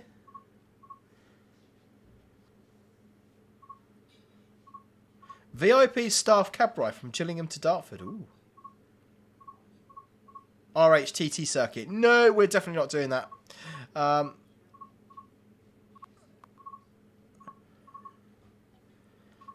Maybe they're not. I mean, we could spawn them in, I guess, couldn't we?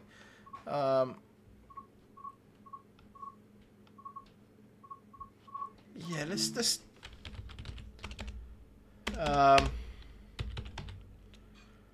grain to Colnbrook aggregates.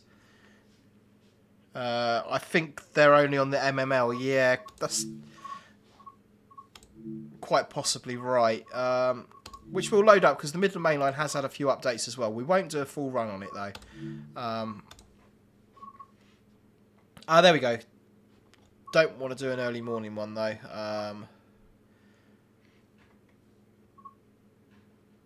Loading 24. We'll have a little run on this and then we'll call it a night. As I haven't done a stream for a long time, we'll go extra long.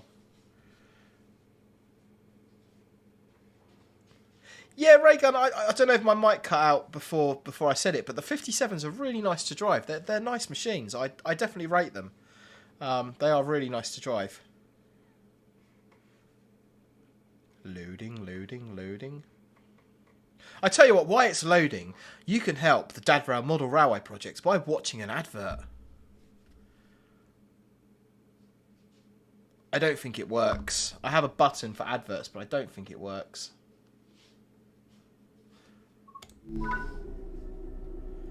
Looks like we're at Graves. Oh no, we're not. We're on the... I say Gravesend. We're not even on that route, are we? Oh dear, oh dear. Okay. Right, let's have a little look at these wagons.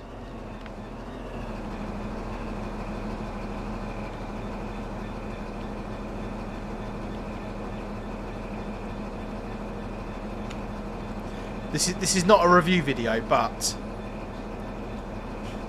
yeah, okay.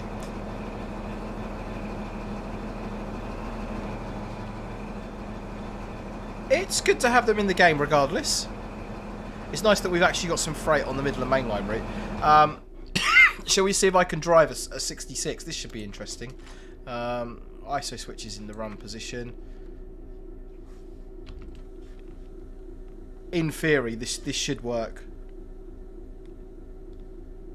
Yeah, Raygun, the 57s are definitely not the best at hauling heavy freight. No argument from me there.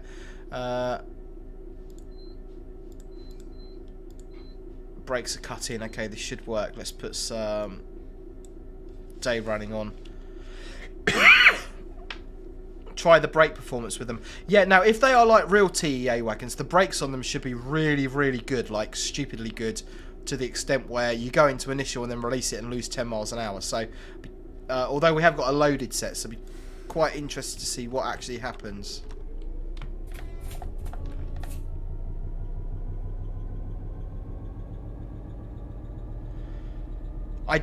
I'll make no bones about it. I don't like the 66 in Train Sim World. I don't think it's very good at all.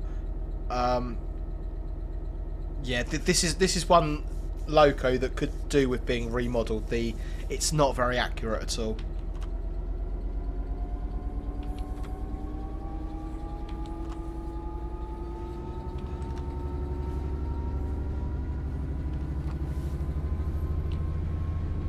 That should not be redlining.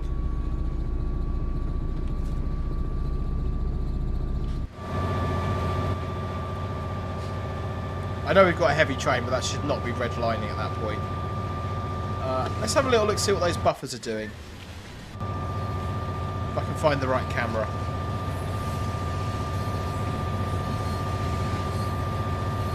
They look like they've sorted themselves out now.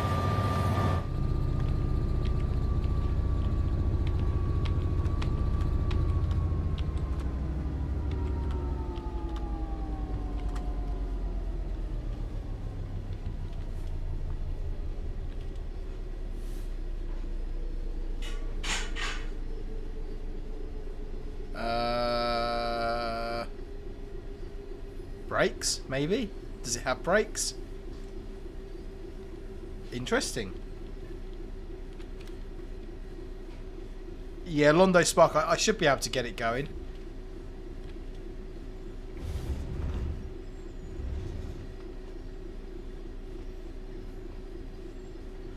Okay, I can see the brakes are in good timing, so I'm pretty sure TEA wagons would generally operate in past timings.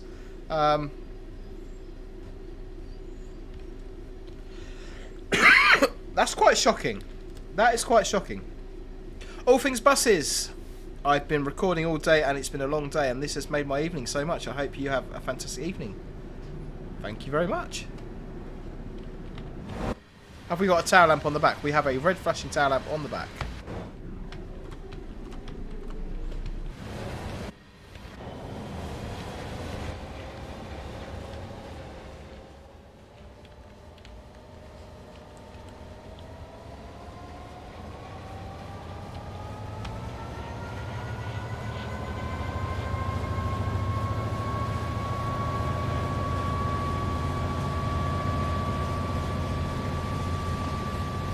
Ray gun, it's the same brake mechanics as the old TEAs, unfortunately. So I don't drive. I've not driven the.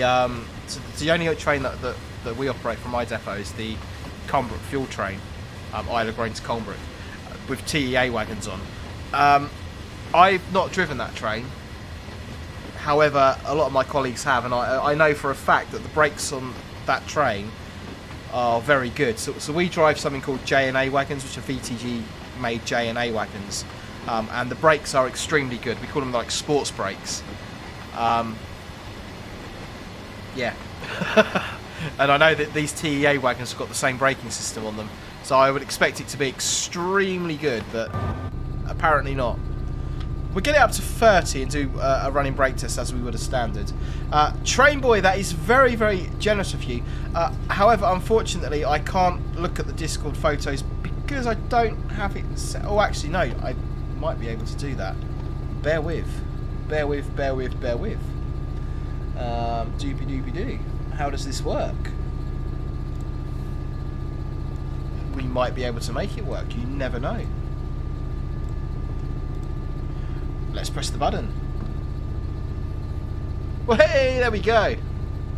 Oh, look at that GNER set there, train boy. And some clockwork orange and Tyne and Weir down the bottom. The pictures you are seeing now have been posted in our Discord server. If you want to join the Discord, you can do. There's an invitation link in the description below. You'll be very welcome over there.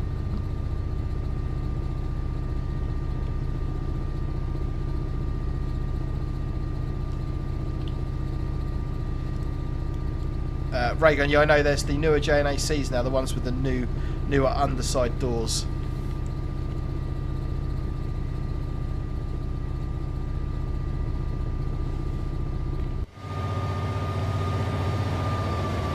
I mean, it is nice to finally get some freight on this route, most definitely. I'm definitely here for that.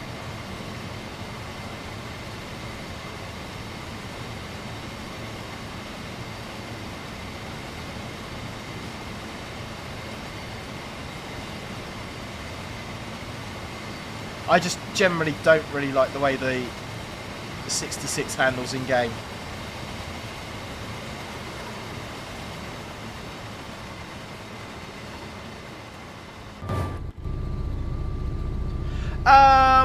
Wolfboy, is driver safety and driver vigilance device the same thing? Good question. No. So driver vigilance device and the driver safety device, so DSD and DVD, they work hand in glove. They work very much together, but they are two separate systems. So the driver safety device requires me to keep my foot on this pedal, which is hinged the wrong way on this game. Requires me to keep my foot on this pedal all the time the reverser is in forward or away from neutral. If I take my foot off that pedal, I'll get an alarm sound, which is the vigilance alarm. I then get 7 seconds to place my foot back on the pedal, or the emergency brakes will apply. That's the driver safety device. The driver vigilance device, which also uses this pedal, if I do not operate any controls in the cab, say my foot's on the pedal and we're driving along like we are now, and I don't operate any of the controls, so throttle brake, AWS, I don't do anything for 60 seconds, the vigilance alarm will sound, requiring me to lift my foot off the pedal and place my foot back down on the pedal to reset it. Same with the driver safety device. If I don't reset it, the emergency brakes will come on after 7 seconds. Now, interestingly as well, that system's also linked into the, although this hasn't got it on here, the GSMR radio. They have got them in real life. It's just an old model of a 66. So I think it's 30 seconds. I could be wrong. I think it might be stock dependent as well. But if I take my foot off this pedal and the alarm's sounding, or the vigilance goes off and the alarm's sounding, and I don't reset it within 30 seconds, the GSMR radio will start making a horrible noise at me. It goes like and then if I still don't acknowledge the alarm, it will send an alert to the signal box, letting the signaller know that this train has had a DSD or vigilance activation. At that point, this train's going to have stopped because the emergency brakes would have applied. So if I've had a heart attack and I'm unconscious at the controls, God forbid, the driver vigilance device is going to stop the train. Obviously, I'm not going to be in a position to reset it, so the radio is going to be alerting the signaller that something's happened. The signaller is going to try and call me. I'm not going to answer. The signaller can then arrange for a train that's passing on the adjacent line to stop and check that I'm okay. So yeah, even though we're kind of lone working up in the cab, we've still got provisions and safeguards in place. Talking of which, we should probably turn some safety systems on. Just like that, because that's always a good thing to do. Fun fact, we have this combined in Hungary along with the in-cab signalling.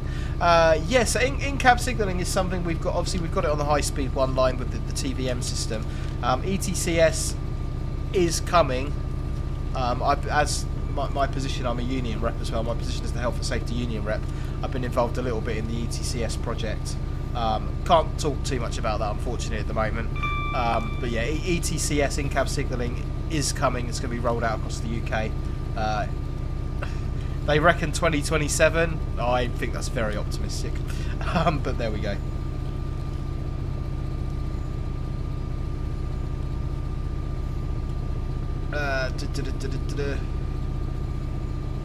Lawrence Adams, I've just put a Sting train on Discord. Let's check it out.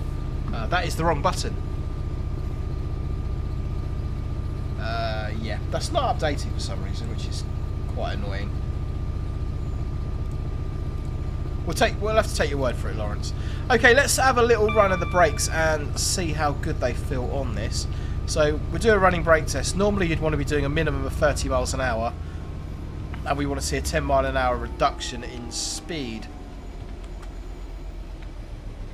So first thing I want to do is shut back the power. I'm not sure why the amps are not coming back. That's a little bit interesting. I am definitely in idle. We shut back the power and just make sure that the train feels like it's rolling okay. So we're just checking to make sure it's not, I mean, depending on the gradient, make sure it's not retarding, make sure it just feels like it's okay. And then we'll drop a little bit of brake in, probably drop it down to about initial, and we want to see about a 10 mile an hour reduction in speed. So the brakes are in goods timings, which means the brakes are going to apply and release a lot slower than if they were in past timings. I've spoken about that in a few different videos, about the different timings for brakes. Yeah, these brakes are dreadful. You can have the game screen back now as well. Sorry about that. Fail rail, yeah. Yeah, these brakes are absolutely dreadful.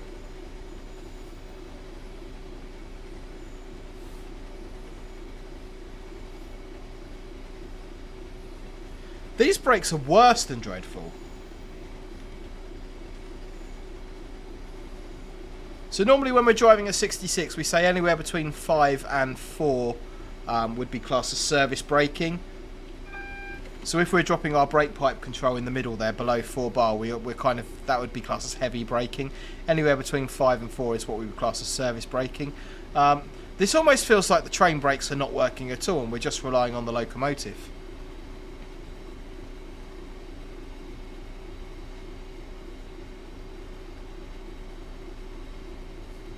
Yeah, I've driven some pretty poor wagons, but these, I'm not impressed by the braking performance on these at all. I would say this is not realistic in any way, shape or form. We're down at 4 bar and the retardation rate is so low.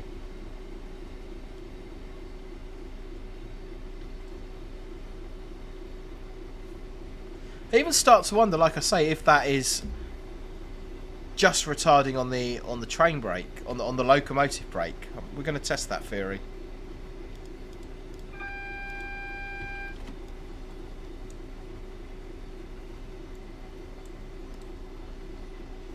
So I'm just going to put the locomotive brake on and see if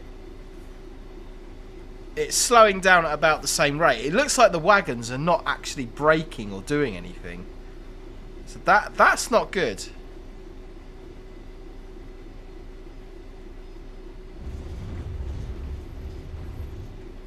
Northern Prince Productions, the brakes are funky. It takes a while to come off. The loco releases, but there's still airflow.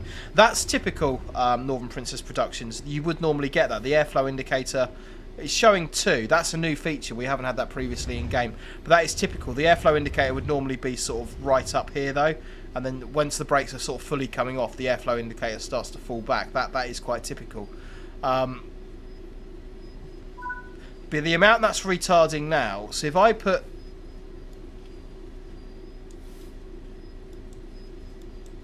If I put 4 bar of train brake in,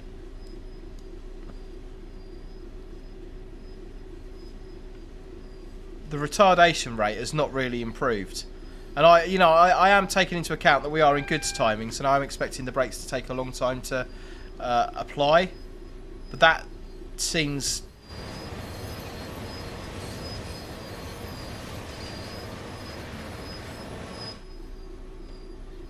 Yeah, that definitely seems very, very bad.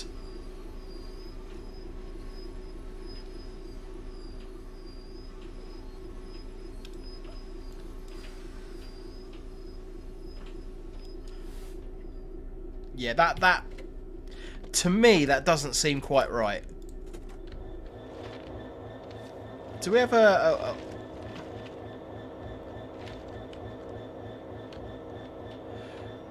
Oh, that's not good either. The coupling, you should have 3 screw threads either side of the knuckle in the middle there. I'm just being pedantic now. Have we got a goods pass changeover lever on these at all? Distributor valve locked.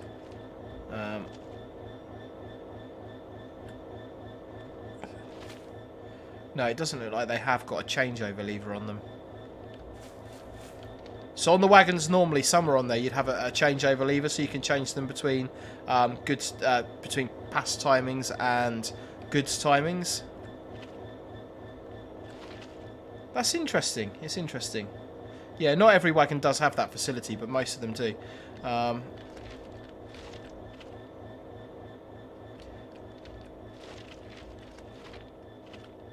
Yeah, I would expect the brakes to perform somewhat better than that, if I'm being honest.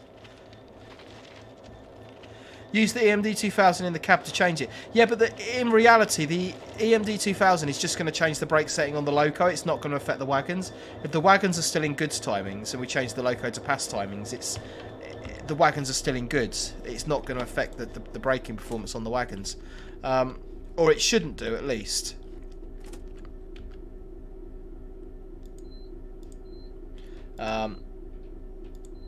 Brakes will use passenger timings. Yeah, like I say, that should only be on the loco, though. That shouldn't affect the wagon brakes. Because the wagons would have to physically change over. Yeah, ray gun, we don't really use... It's... There's no right or wrong answer for that, really. Ah, this is good. So this is what I would expect on the real on the real thing, is for the airflow indicator to stay up quite high. We haven't had that previously on the simulator. The brakes have sort of released instantly, so that's good. Ray gun, yes. So we do try and drive everything with pass timings where we can. Goods timings, it's kind of it goes back to the days when you had unfitted freight trains. You had wagons with no brakes on them. So there are sort of rules about how many wagons you can have in goods and how many wagons you can have in pass. But generally speaking, there is no real benefit to having the brakes apply slower and release slower, providing the whole train formation is capable of running in pass. You have got some wagons on the network which only run in goods, which don't have a changeover facility on them. So hence the fact, I mean, most wagons do have a changeover facility for when they were in trains that didn't, or when they were sort of part of unfitted freight trains. But yeah, most of the time where we can now, we'll run trains with past timings on the wagons. Incidentally, if a train's running as a class 4, which means it's permitted to do 75 miles an hour, the brake timings have to be in pass. Right, let's have a little bit of fun. Let's have a little bit of fun with this, shall we? Because we can. We are going to call it a night in a minute, but I want to have a little bit of fun with this.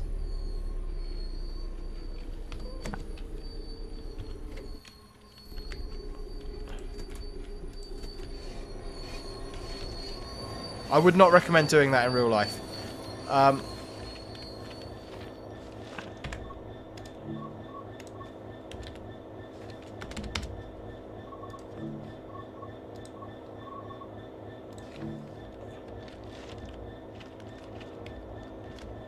Oh, go on. Is he going to let me do this?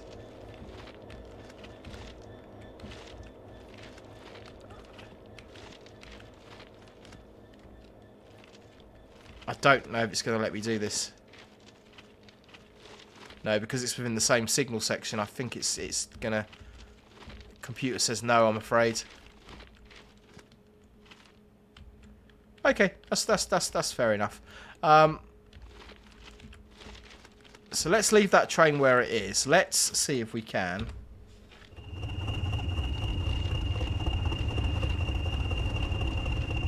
Spawn. I don't know if this is going to work.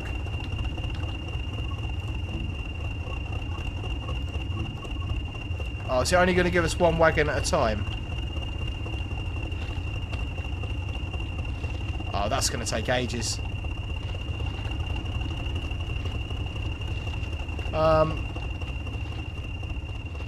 Artie, you need to remove the path. I do. But I can't remember how to do that.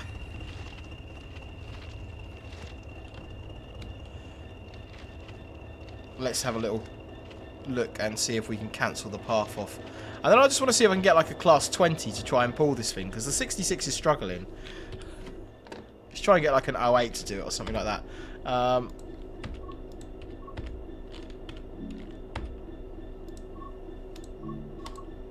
Okay, remove path. There we go. Right.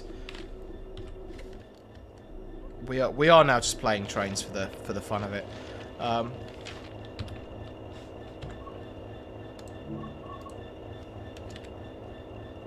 Let's just try it with an 08 as well.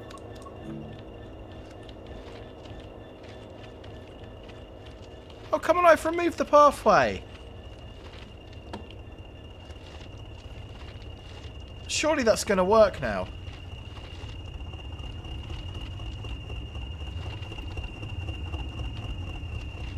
Okay, let's try drawing this forward off clear of the point work.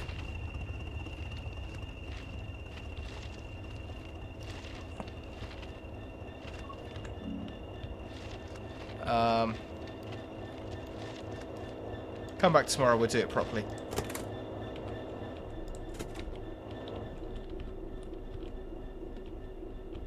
You do not have permission to drive this service. Okay, interesting. No, it doesn't work. That's it. Game over.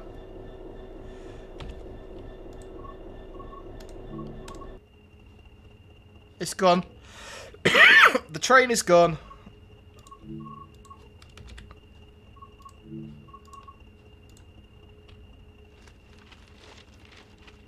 It still won't let me spawn anything on there.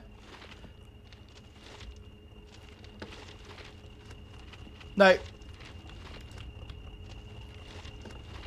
No, it doesn't work. That's annoying. Never mind. Never mind. I think we have played for long enough. It is, what are we? We are about 11 o'clock. We've had a little run on Train Sim Classic, we've had a run on Train Sim World, and we've had a look at the new TEA wagons, which have very interesting braking performance on them. You're going to probably have to have a little bit more of a play with those and see how we get on with those in time. So, before we wrap it up, let's do this. Let's play Locomotive Livery Location. We are going to do a couple of reveals down the right hand side for you and give you an opportunity to try and get that location. I say it is a bit of a tricky one location wise. There is one of these for everyone. Giving them 20. Let me know what you think the location might be in the chat and then we will do a reveal. But whilst we're waiting for that, I've been asked to have another look in the Discord server. Typical beta ETCS movement in SimRail, says Dusty. Now, SimRail is something we definitely need to look at in the channel. Now, when I played the demo, there were no instructions in English. It was quite difficult, so I need to jump back into SimRail and see what the situation is, because I think some of the stuff they're doing over there is very, very interesting and well worth having a look at. All the pictures you're seeing have been posted into our Discord server. If you're not a member, you can join the Discord server. There's an invitation link in the description below. It'd be great to have you over there talking about trains, planes, automobiles, life in general. It's a very inclusive, friendly server. Thanks very much to our moderation team, RT, Northern Princess Productions, Sam, Callum, and everybody else who makes that happen as well. So, what are you reckoning? What are you reckoning in the stations? Let's play Locomotive Livery Location. Johnny Simulator Gaming is gone with Gatwick Airport. What are we reckoning? Any advances on Gatwick Airport? Any advances on Gatwick Airport? Grape Juice 116. You're going to stay with 166 Great Western Railway at Basingstoke. Grape Juice 116. I can tell you. It's time to reveal today's Locomotive Livery Location. That is indeed Great Western Railway 166, and that is indeed Basingstoke. Pretty difficult one on the location there today. Not much to go on. That's why I gave you the little clue there. It is a train that this station would regularly go to, but not necessarily in its core area. Basingstoke, of course, being a South Western Railway station.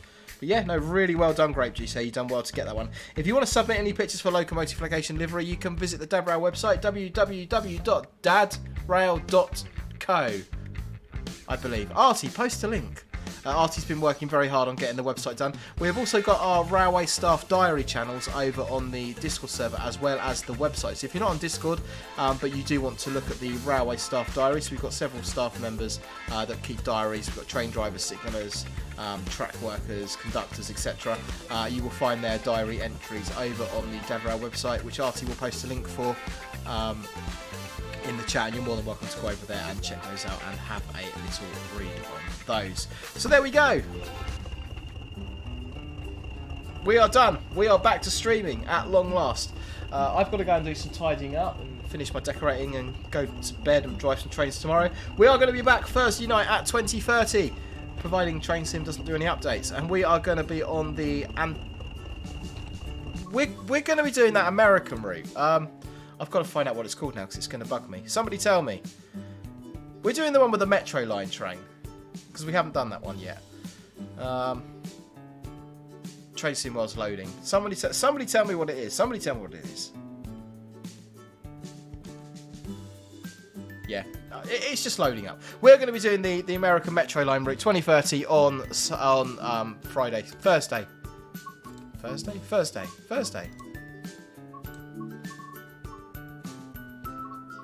Bear with. I don't even know I have that route. It's disappeared off my screen. That route has disappeared off my screen. Antelope Valley. It is the Antelope Valley. We are going to be doing the Antelope Valley Thursday night at Hoover pipe at 2030, so it'd be absolutely great to see you there for that one. If you haven't already, guys, please do hit that like button, consider subscribing, that would be absolutely brilliant. Artie has posted the link, dadrail.co or dad-rail.com. Be great to see you over there. Check out those diary entries, send your pictures for Locomotive Location Livery, or any sort of train driver questions or anything you might like answered. If you want a quicker answer, head over to the Discord server. You'll find an invitation link to that in the description below. And you are very welcome to follow me on my social media channels, which are on the screen for you right now. Hopefully the next stream is going to be a little bit smoother. We'll get back into the swing of things, and everything will be good. Famous last words. I'm going to press that button there, which is going to cue the music. Hopefully you can hear music. I'm going to bid you all a fond farewell. Thank you very much for joining me, and I shall see you in the next one.